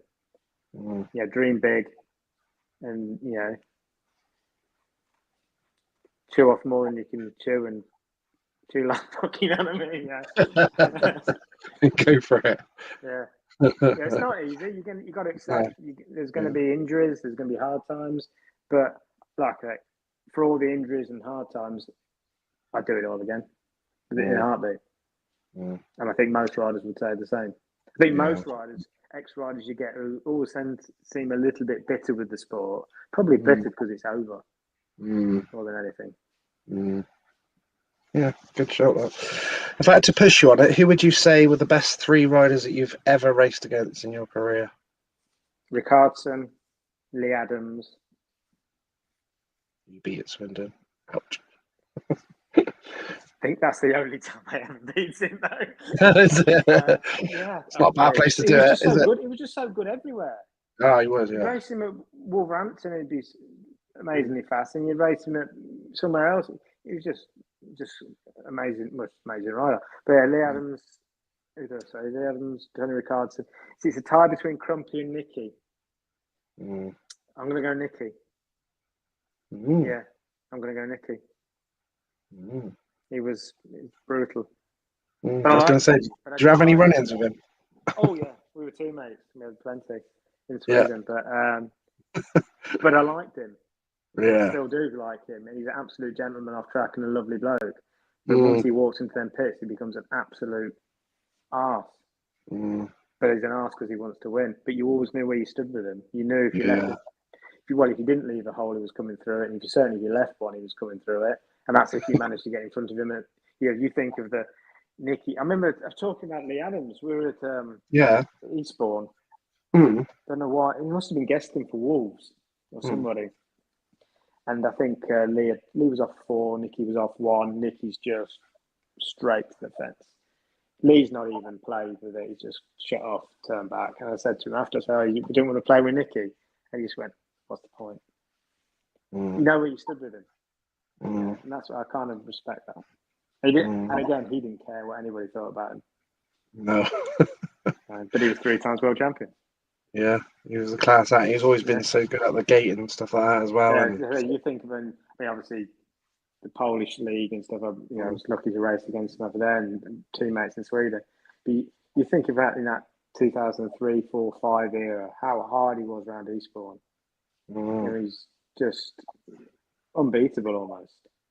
So yeah, so that's my 3. Is there any other sports that you enjoy watching on TV or even? Big MotoGP fan now. Oh yeah. Again, it's only in recent years I've got into other forms. I'll sit and watch MotoGP all day. Love that. Yeah. What's your thoughts on the electric bikes all coming in? They're all coming into motocross, and do you think of that stuff? It's one of them. Will it ever replace the internal combustion engine? If it does, I don't think it should. But if an electric bike means somebody can go and ride the motocross bike in the centre of London or a spur bike in the centre of Birmingham / London, is that a bad thing? Whether you can ever see, you watch like the MotoGP, and it's the noise that's just not there. Whether that can be replicated, to a certain degree, I don't know. But again, if having an electric bike that's silent means someone can go and practice, say a youngster, is that such a bad thing? I think there's room for more than. I think there's room for everybody in the world. Obviously, being a sort of an old retro guy with the 90s and all this and stuff like that, I used to think like, oh Jesus, electric bikes ridiculous and all that. But then I've been doing some commentary on this EMX Sparks thing for these kids on the e-bikes and stuff like that. I just did it again at the weekend in Wales, and then you see it all, and and then you think, oh, do you know what I mean? Then you think, oh, it was good.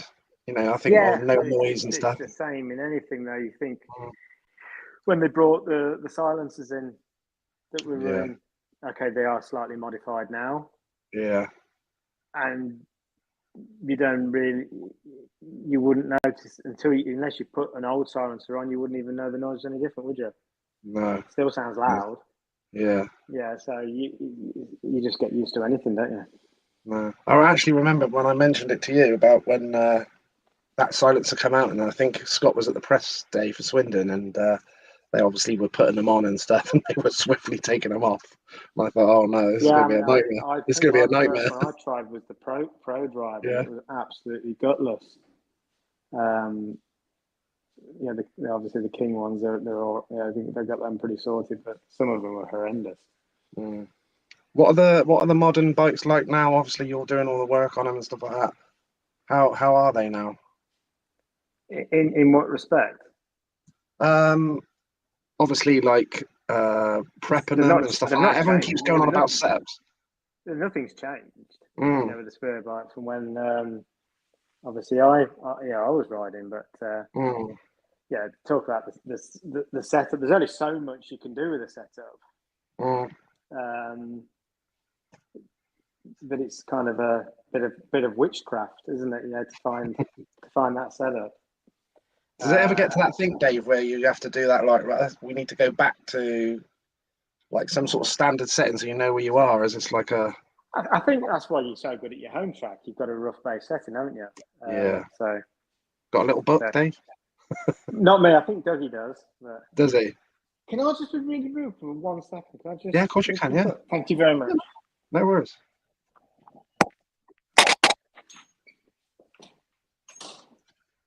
Got to ask Dave what he's got. I don't know what he's using, but it's like it can zoom in and out and stuff like that. I need to ask him what that is, what he's using. Before we go. Yeah, thanks, bud. Like the old STP, Ram Brothers and all that, isn't it? Timu special, boys and girls. Coffee time. Just going to finish up here anyway, but I'm back. He's back. Yeah, I was struggling. Yeah, that's right. It's kind of a magic art, but there's only it sounds when you talk about there's only actually so much you can do. It's probably only 3 or 4 things, but it's getting that combination right. I do think the modern bikes, the window of setup is a lot smaller than the window we had. That's what I was going to ask. I don't think the engines they ride now, they are very, very, very fast, but they're not rider friendly. They're not easy to, you know, when you're out of that very tiny window, they're not nice to ride. But, you know, I'm not saying all of it. I think, riders tend to hide behind setup a little bit. It's not easy to say I haven't got the setup, saying I'm not riding very well. Yeah.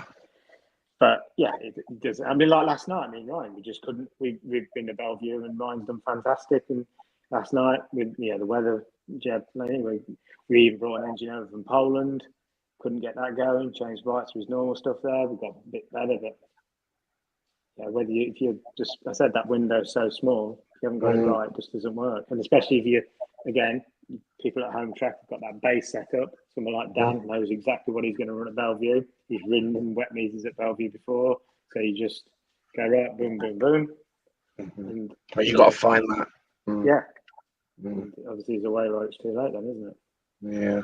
Have you both got an understanding between you and Ryan, like you said, where you know where you feel like you need to try and make a few changes, or you just feel like, or Ryan just says, I'm just not feeling it today, like that type of, like you said, fine lines? A couple of, let's say, I've always been lucky with Ryan that I'm able to be honest with him, and he's honest with me. I'll say honest is, I've got a few times at Wolverhampton, he's gone another, a wobble round, and he'll come in to say this, and I'll go, look, Ryan, could you ride it harder, or is it the bike? And I'd say 9 times out of 10, he'll go, I can ride it harder, and then he will, once you've opened his eyes to that. But then, but most of the time, I've been with him long enough now. He'll ride him from a race, and I just go like tooth on, tooth off, tooth off, and he'll go, you just know, you can tell, listen to his bike, tell the way he rides. You spend enough time with somebody, you figure out there. But again, Ryan's very good at. Maybe he didn't know how to get it, but he's always been very good at explaining what he wants the bike to feel like. So at the start, we kind of worked together. Now obviously we've been together that long, he'll just go, we need to do this. And I don't question it because I know we've been there, 50, 60, 70 times before. So he's probably right. I get you. Do you think that could change in the sport to make anything better? Oh, could it just make it better? Bit of an open-ended one, that one. Oh.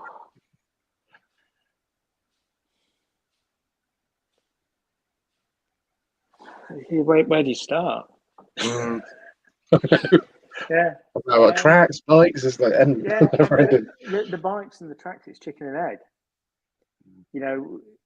Back in the early 90s, people like Yano got so fast on slicker tracks that everybody suddenly chased them, and now riders can't ride gripper tracks, not because Eric Gunderson was any better than Bartosz Marzlik. It's just what if you put a load of dirt and I remember when I was 13, when I first started 12, 13, I used to ride out before the meeting at Peterborough. That was so deep. I mean, I was riding 350, 500 Westlake at the time, so it's different. But, you walk around tracks now and the riders will go, oh, this is deep. That's 8:15 or after the meeting. But the bikes are what they are. But I guarantee if you chucked a load of dirt on a track now, if you chucked Bartosz Marzlik on 1994 Peterborough, he'd be all right. But within 3 weeks, he'd have his engine sorted, and he'd be going around probably faster than what, or as fast as the top guys were at that time. Yeah, so, still the best ones figure it out and all that. Yeah, the riders are. It's hard to compare riders from different eras, but a good rider's a good rider. They were just riding their versions of the bikes, tracks, tyres, etc. At their point in time, I think the sport has come on so much. I don't understand why we don't try and over here, especially. I know we haven't got the crowds, and I know we haven't got the money, whatnot. But Poland didn't. When I first started going over Poland in the early 2000s, you go to a second division match in Poland, there might be, 500, 600, 700 people there. Now, like they've got thousands. Why can't we go? They're doing this right. Maybe they've got something. Okay, yes, they're paying the riders the money, but the professionalism and the stadium. Obviously, stadiums is hard because we don't know their own stadiums. But I think people want to go and get covered in dust now. They want to sit in a nice stadium and this, that. That's hard. But I will never understand why we don't have one universal rule book between all leagues. I will never get my head around that, because why? If you imagine Bayern Munich playing Manchester United, they don't go. Bayern Munich don't come over to Manchester United, Manchester City, and go, well, actually in Germany we only play 83 minutes. It's different guidelines. It's hard for newcomers to understand why things are so different. So I think that could universal rule book, all the four major leagues, Sweden, Denmark, England, and Poland get together and go, right, we'll probably end up having to tag along with Poland because it's Poland, but at least it's the same rules. Even I was just thinking of the other week, because when I was watching at Oxford, because I go there quite a lot now, because obviously there's no Swindon. And I was just thinking the whole thing about where a rider's got to be excluded and stuff like that. Like there's occasions where it shouldn't be. Yes. So we got the fault. Yeah, that is annoying. Yeah, and also the warning on a start line. That annoys me. Not the warning, but the warning that you carry on even if you've been excluded. I don't understand that. It's already gone. If you get a warning and then touch the tapes, you get excluded for touching the tape, but you still carry a warning. Or if it's like you're being punished. Just a few stupid ones, yeah. It's just silly rules. The ones I don't like, you can't make too good a start. That was To be fair, I mean, I had to read the rule book obviously this year, but Jim Lawrence said just read this one chapter, the rest you'll figure out as you go along because they Did all he? contradict themselves anyway. Yeah, exactly that. Yeah. I think he said read chapter 12, you'll be all right if you just know that. Oh, that's brilliant. Well, I appreciate your time, David. I really enjoyed that. Thank you, mate. That's all. Thank you for having me. Hopefully, I'll see you. I think I quickly seen you at Oxford, but you were working. But I'll try and have a chat to you next time you're down this way. But I need to go and there's a few tracks I want to go and visit, so hopefully I'll be able to catch up. That's it. Yeah, I'd like to do that. Yeah, definitely. Yeah, that'd be good. Yeah. Yeah, thanks, Dave. Appreciate that, mate. I will get this everywhere so that everyone can see it after this as well. But much appreciated for your time, mate. I know you're a busy man. Before we go, what I was going to ask you about, what are you actually using on there? Because I noticed this like zooming in and out and all sorts. My iPad. Every time I move, it moves itself. That's mental. Yeah, oh, that's pretty cool. Yeah, it's not me because I'm a complete technophobe. So yeah, because I was watching it and I was thinking, I swear that's zooming in and out. I thought, am I losing the plot? Yeah, it's not me. Okay. Yeah. So it's the iPad then. So it must be a newer one. My iPad don't do that. All right, top man. Appreciate that, Dave. Thank you, mate. No problem. Thank you very much. Legend, top man. Speak to you soon. Bye. Cheers, mate. Keep in touch. Bye. Legend. Mr. David Howe. Enjoyed that. Like I said, it was good to speak to him as well with the riding, obviously. Good rider. Now being a mechanic with Ryan Douglas, etc. And the team manager as well. It was good to speak to him because you can speak to him a lot about a lot of things. Like I said, hopefully now as well, I'm going to get in towards the darker nights. A few more people will be indoors and stuff, and I'm less busy now with photography and commentary. That was my last commentary job I had booked in at the weekend, just gone and stuff like that. So I'm looking to do a lot more lives for you fans. I was just speaking to Eric Gunderson actually before I came on, which is still a buzz, obviously. And going to get him back on as well for the fans. I know the fans love having him on, so doing him. There's so many riders I've spoke to. Who did I speak to? I don't even mind telling you. I spoke to Richard Knight again the other day about doing one with him. I was chasing Andrew Silver again. That doesn't really want to do one, unfortunately. I'm chasing my buddy that's been on tonight, Floppy, trying to get him on as soon as possible. So I know it'd be super cool. I did message Mads Cornelison again because I wanted to get him on. I spoke to Brian Anderson. He's going to do it in October. I did have my German friend Thomas was trying to get me Bobby Ott, but unfortunately he doesn't want to do it. I've been chasing Nicky Pedersen now for 4 years, I think. And he told me every year he's going to do it in the winter, so he's excluded at the moment. I spoke to Glenn Cunningham the other day again, and he's going to try and do it for me in October. I've tried to message Richard Greer. Trying to get Phil Crump on. He was obviously one of my first idols at Swindon. I've been trying to get back hold of him again because we nearly got it to do it one night, but it wouldn't work. I've been chasing Michael Lee, so fingers crossed. Got to get him on one day. I've got to get back in touch with Preben Eriksson because we arranged to do it once and it didn't end up happening. So Preben Eriksson would be cool. Reminds me to message him again now. Who else have I been speaking to? I spoke to quite a lot of them on WhatsApp as well. I want to sort that one out as well. Richard Howsane. I spoke to him. I want to do him. I did speak to Jimmy Nielsen. Still not ready to do it yet, which is cool. I totally understand. I'm going to do Chris Bomber Harris live because I did a recorded one with him a Skype one way back. I'm trying to get Craig Boyce on as well. I've also spoke to Steve Johnston as well from Aussie. Trying to get both of them two on. I'm also going to do I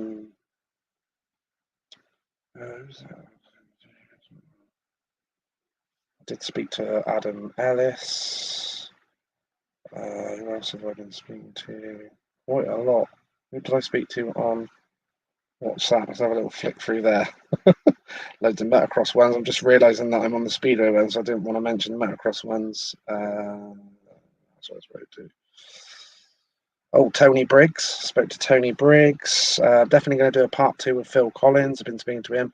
Obviously, sending out the love as well to obviously Gary Stead. Been speaking to him as well, and he's feeling a bit better. I'd love to get him on when he's feeling well enough, obviously.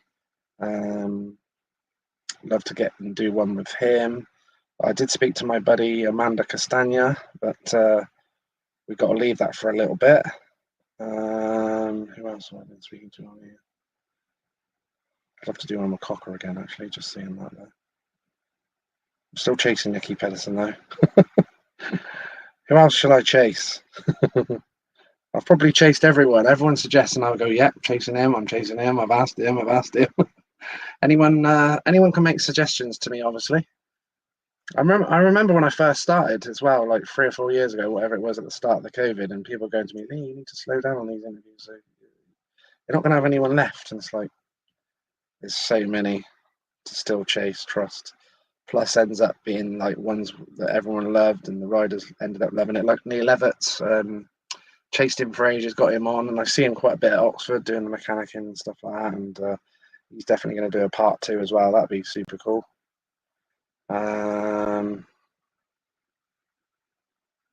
Who else have I spoke to? I've even tried to get hold of Ovi Funding on social media. I've spoke to him a couple of times and he's looked at it and stuff like that. So fingers crossed. Be cool if I could get that done.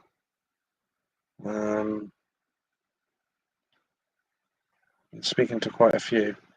So we'll see how we get on. Fingers crossed. So you can make suggestions to me if you've got contacts of any riders as well.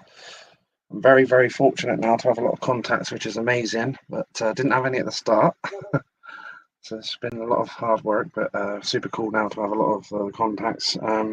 Maybe I should get a few more riders that are riding still now as well. That'd be quite cool to mix that in with obviously former yesterday legends and stuff like that. But yeah, I'll keep you up. Just keep your eye on my posts. If you don't mind, like I said, subscribing to my Motocross and Speedway Memories YouTube.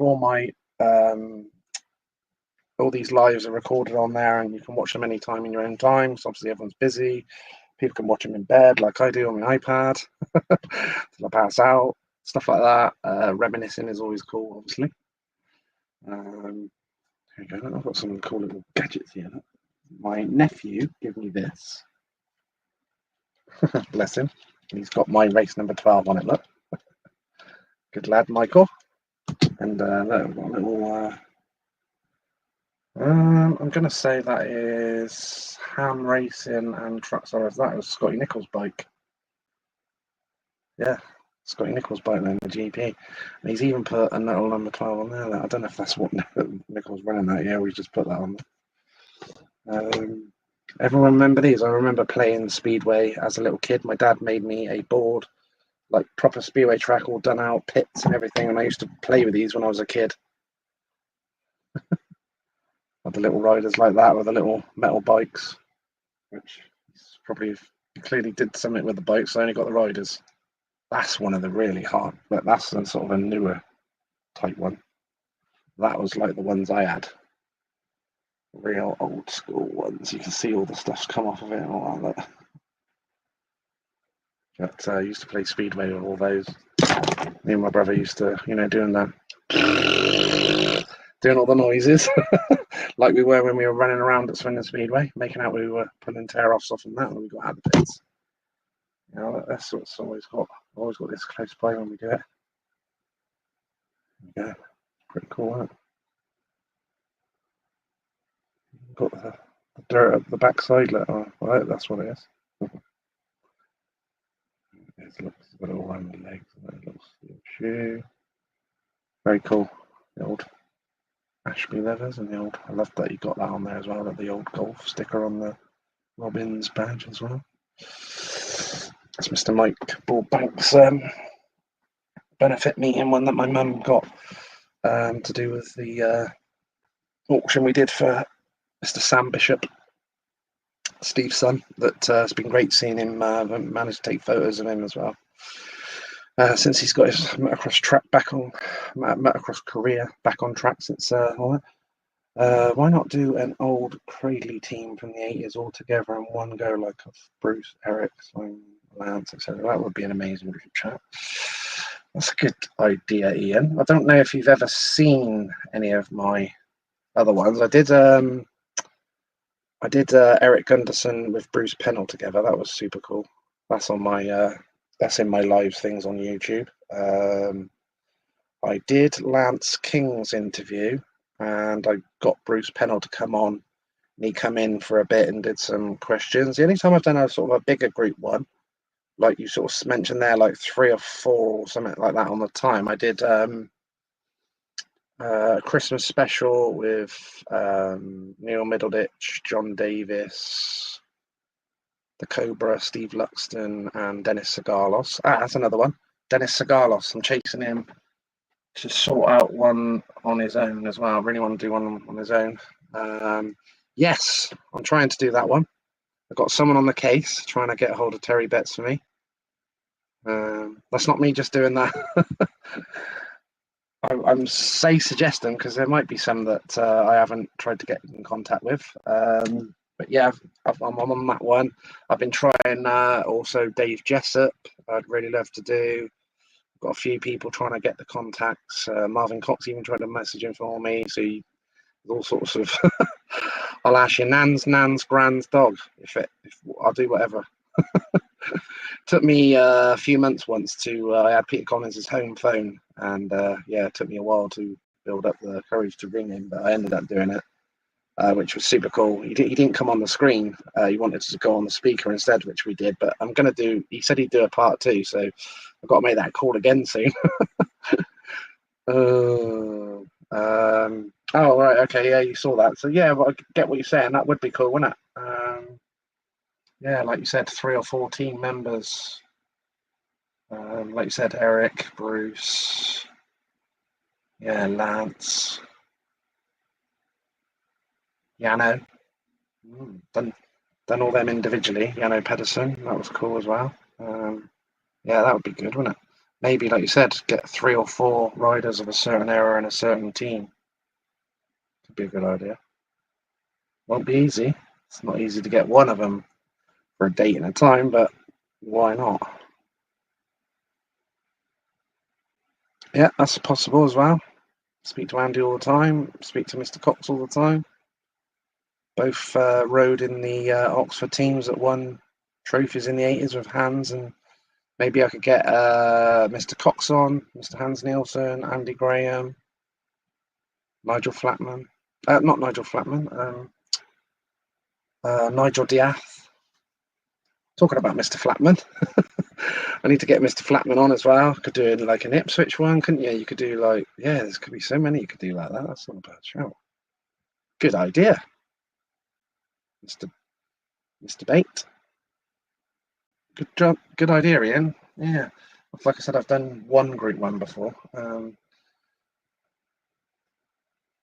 Couple of pairs. I did Jeremy Doncaster with Chris Louis as well. But yeah, this thing on here is capable of doing like 3 or 4 at a time for sure. Oh, I'll tell you another one was who was I going to do Billy Hamill with? Forgot the name now. Major character. Oh, forgot what that is now. Oh, nearly had it then. Yeah, it'd be good to get a few on, wouldn't it? I could do a Coventry one. I'd love to still get Tommy Knudsen on. Been trying to chase him out. Also tried to chase Tony Olsen. Got his email. A couple of years ago, he didn't say he wanted to do it. He didn't want to do it, and then I asked again. So obviously, a few that said they didn't really want to do it, or I'd try a few times later on. See if that's changed. I could do an Eastbourne one, can I? I'm still trying to get on Floppy, Mr. Dave Norris, and I want to get Dean Barker on, so maybe I could do them 2 together. Would be super fun, wouldn't it? I do like that idea of maybe getting 3 or 4 from a team. Would be pretty cool, wouldn't it? I'll tell you another one I've been speaking to, just come into my head. I've got his number, I've been speaking to Neil Collins. I want to get Neil Collins on, so I'll chase that up. I did mention that I've been speaking to Richard Knight, that said he'll do it in October as well. I have got Les Collins' number, so I tried a year or 2 ago. I might try him again. Be good to get him on. Phil Collins is another one. I speak to him quite a bit on WhatsApp. He's in America. He's going to definitely do a part 2. I know everyone enjoyed that one. Yeah, there's loads to chase. And obviously, I do motocross as well, so I'm chasing lots of ones on that as well.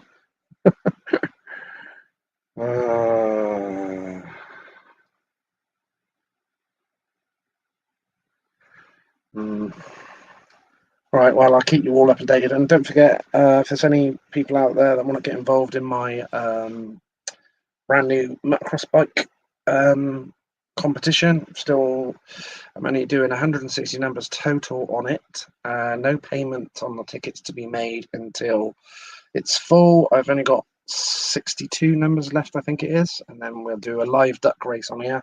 It is a duck race. All the numbers on there. I even commentate on the live duck race, so it's really fun. And then also I'm doing some extra prizes other than just winning the bike now as well. I'm doing 2 free rides for my Motocross and Speedway Memories Reunion 5 for next year. That's going to have lots of Speedway and Motocross legends there as well. And then I'm also doing 2 free numbers for the next bike comp, because I've got loads of bike comps coming up. Also, I'm going to be sorting out some memorabilia that I'm going to be doing as well. And I've got Lee Adams' signed boot. I've got Mr Pusey's England touring jacket there. I've got a signed Jano Pedersen in a glass frame off the World Final podium that he signed. And I've got the message of me messaging Jano and asking him if it was his signature, and he said yes. I also met him at Cardiff as well this year, which was super cool. He was the first one. Actually, it's not. I'll tell a lie. He wasn't the first one. I saw Martin Dugard out where the fans were. Was the first legend I bumped into. It was cool because obviously I've spoke to him quite a bit, but I hadn't met him personally, so that was cool.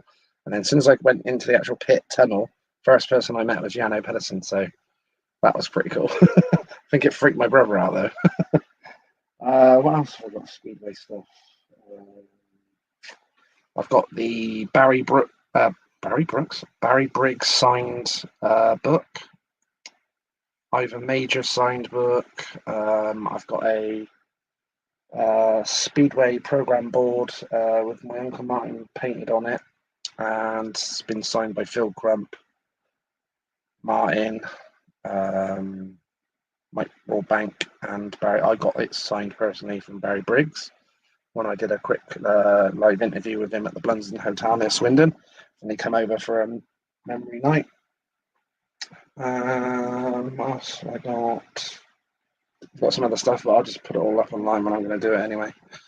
But yeah, so much love to you all. Thanks for coming on tonight, and just keep an eye on all my posts. If you don't mind sharing my posts and liking them and getting people into my groups and things like that are fans and everything, would be cool. Spreading the word. Like I said, they can help yourselves to all them in your own time.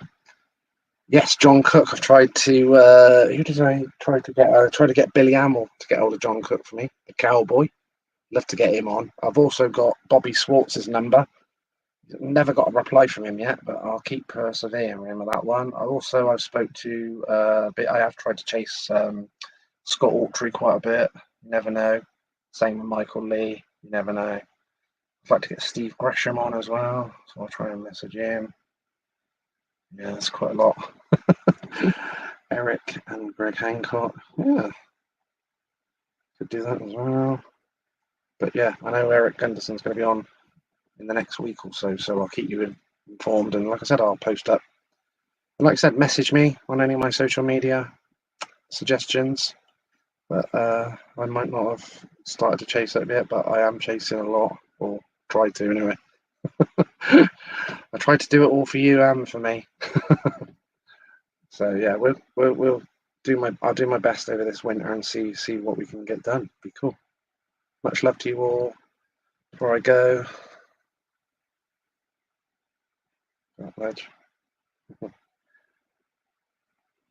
so I always say this before I leave. My dad always gives me that saying before the end of his days. It's nice to be important, but it's important to be nice. We'll leave it right there. Much love all. Thanks for coming on. Don't forget to share my post when I post out the link tomorrow. Much love.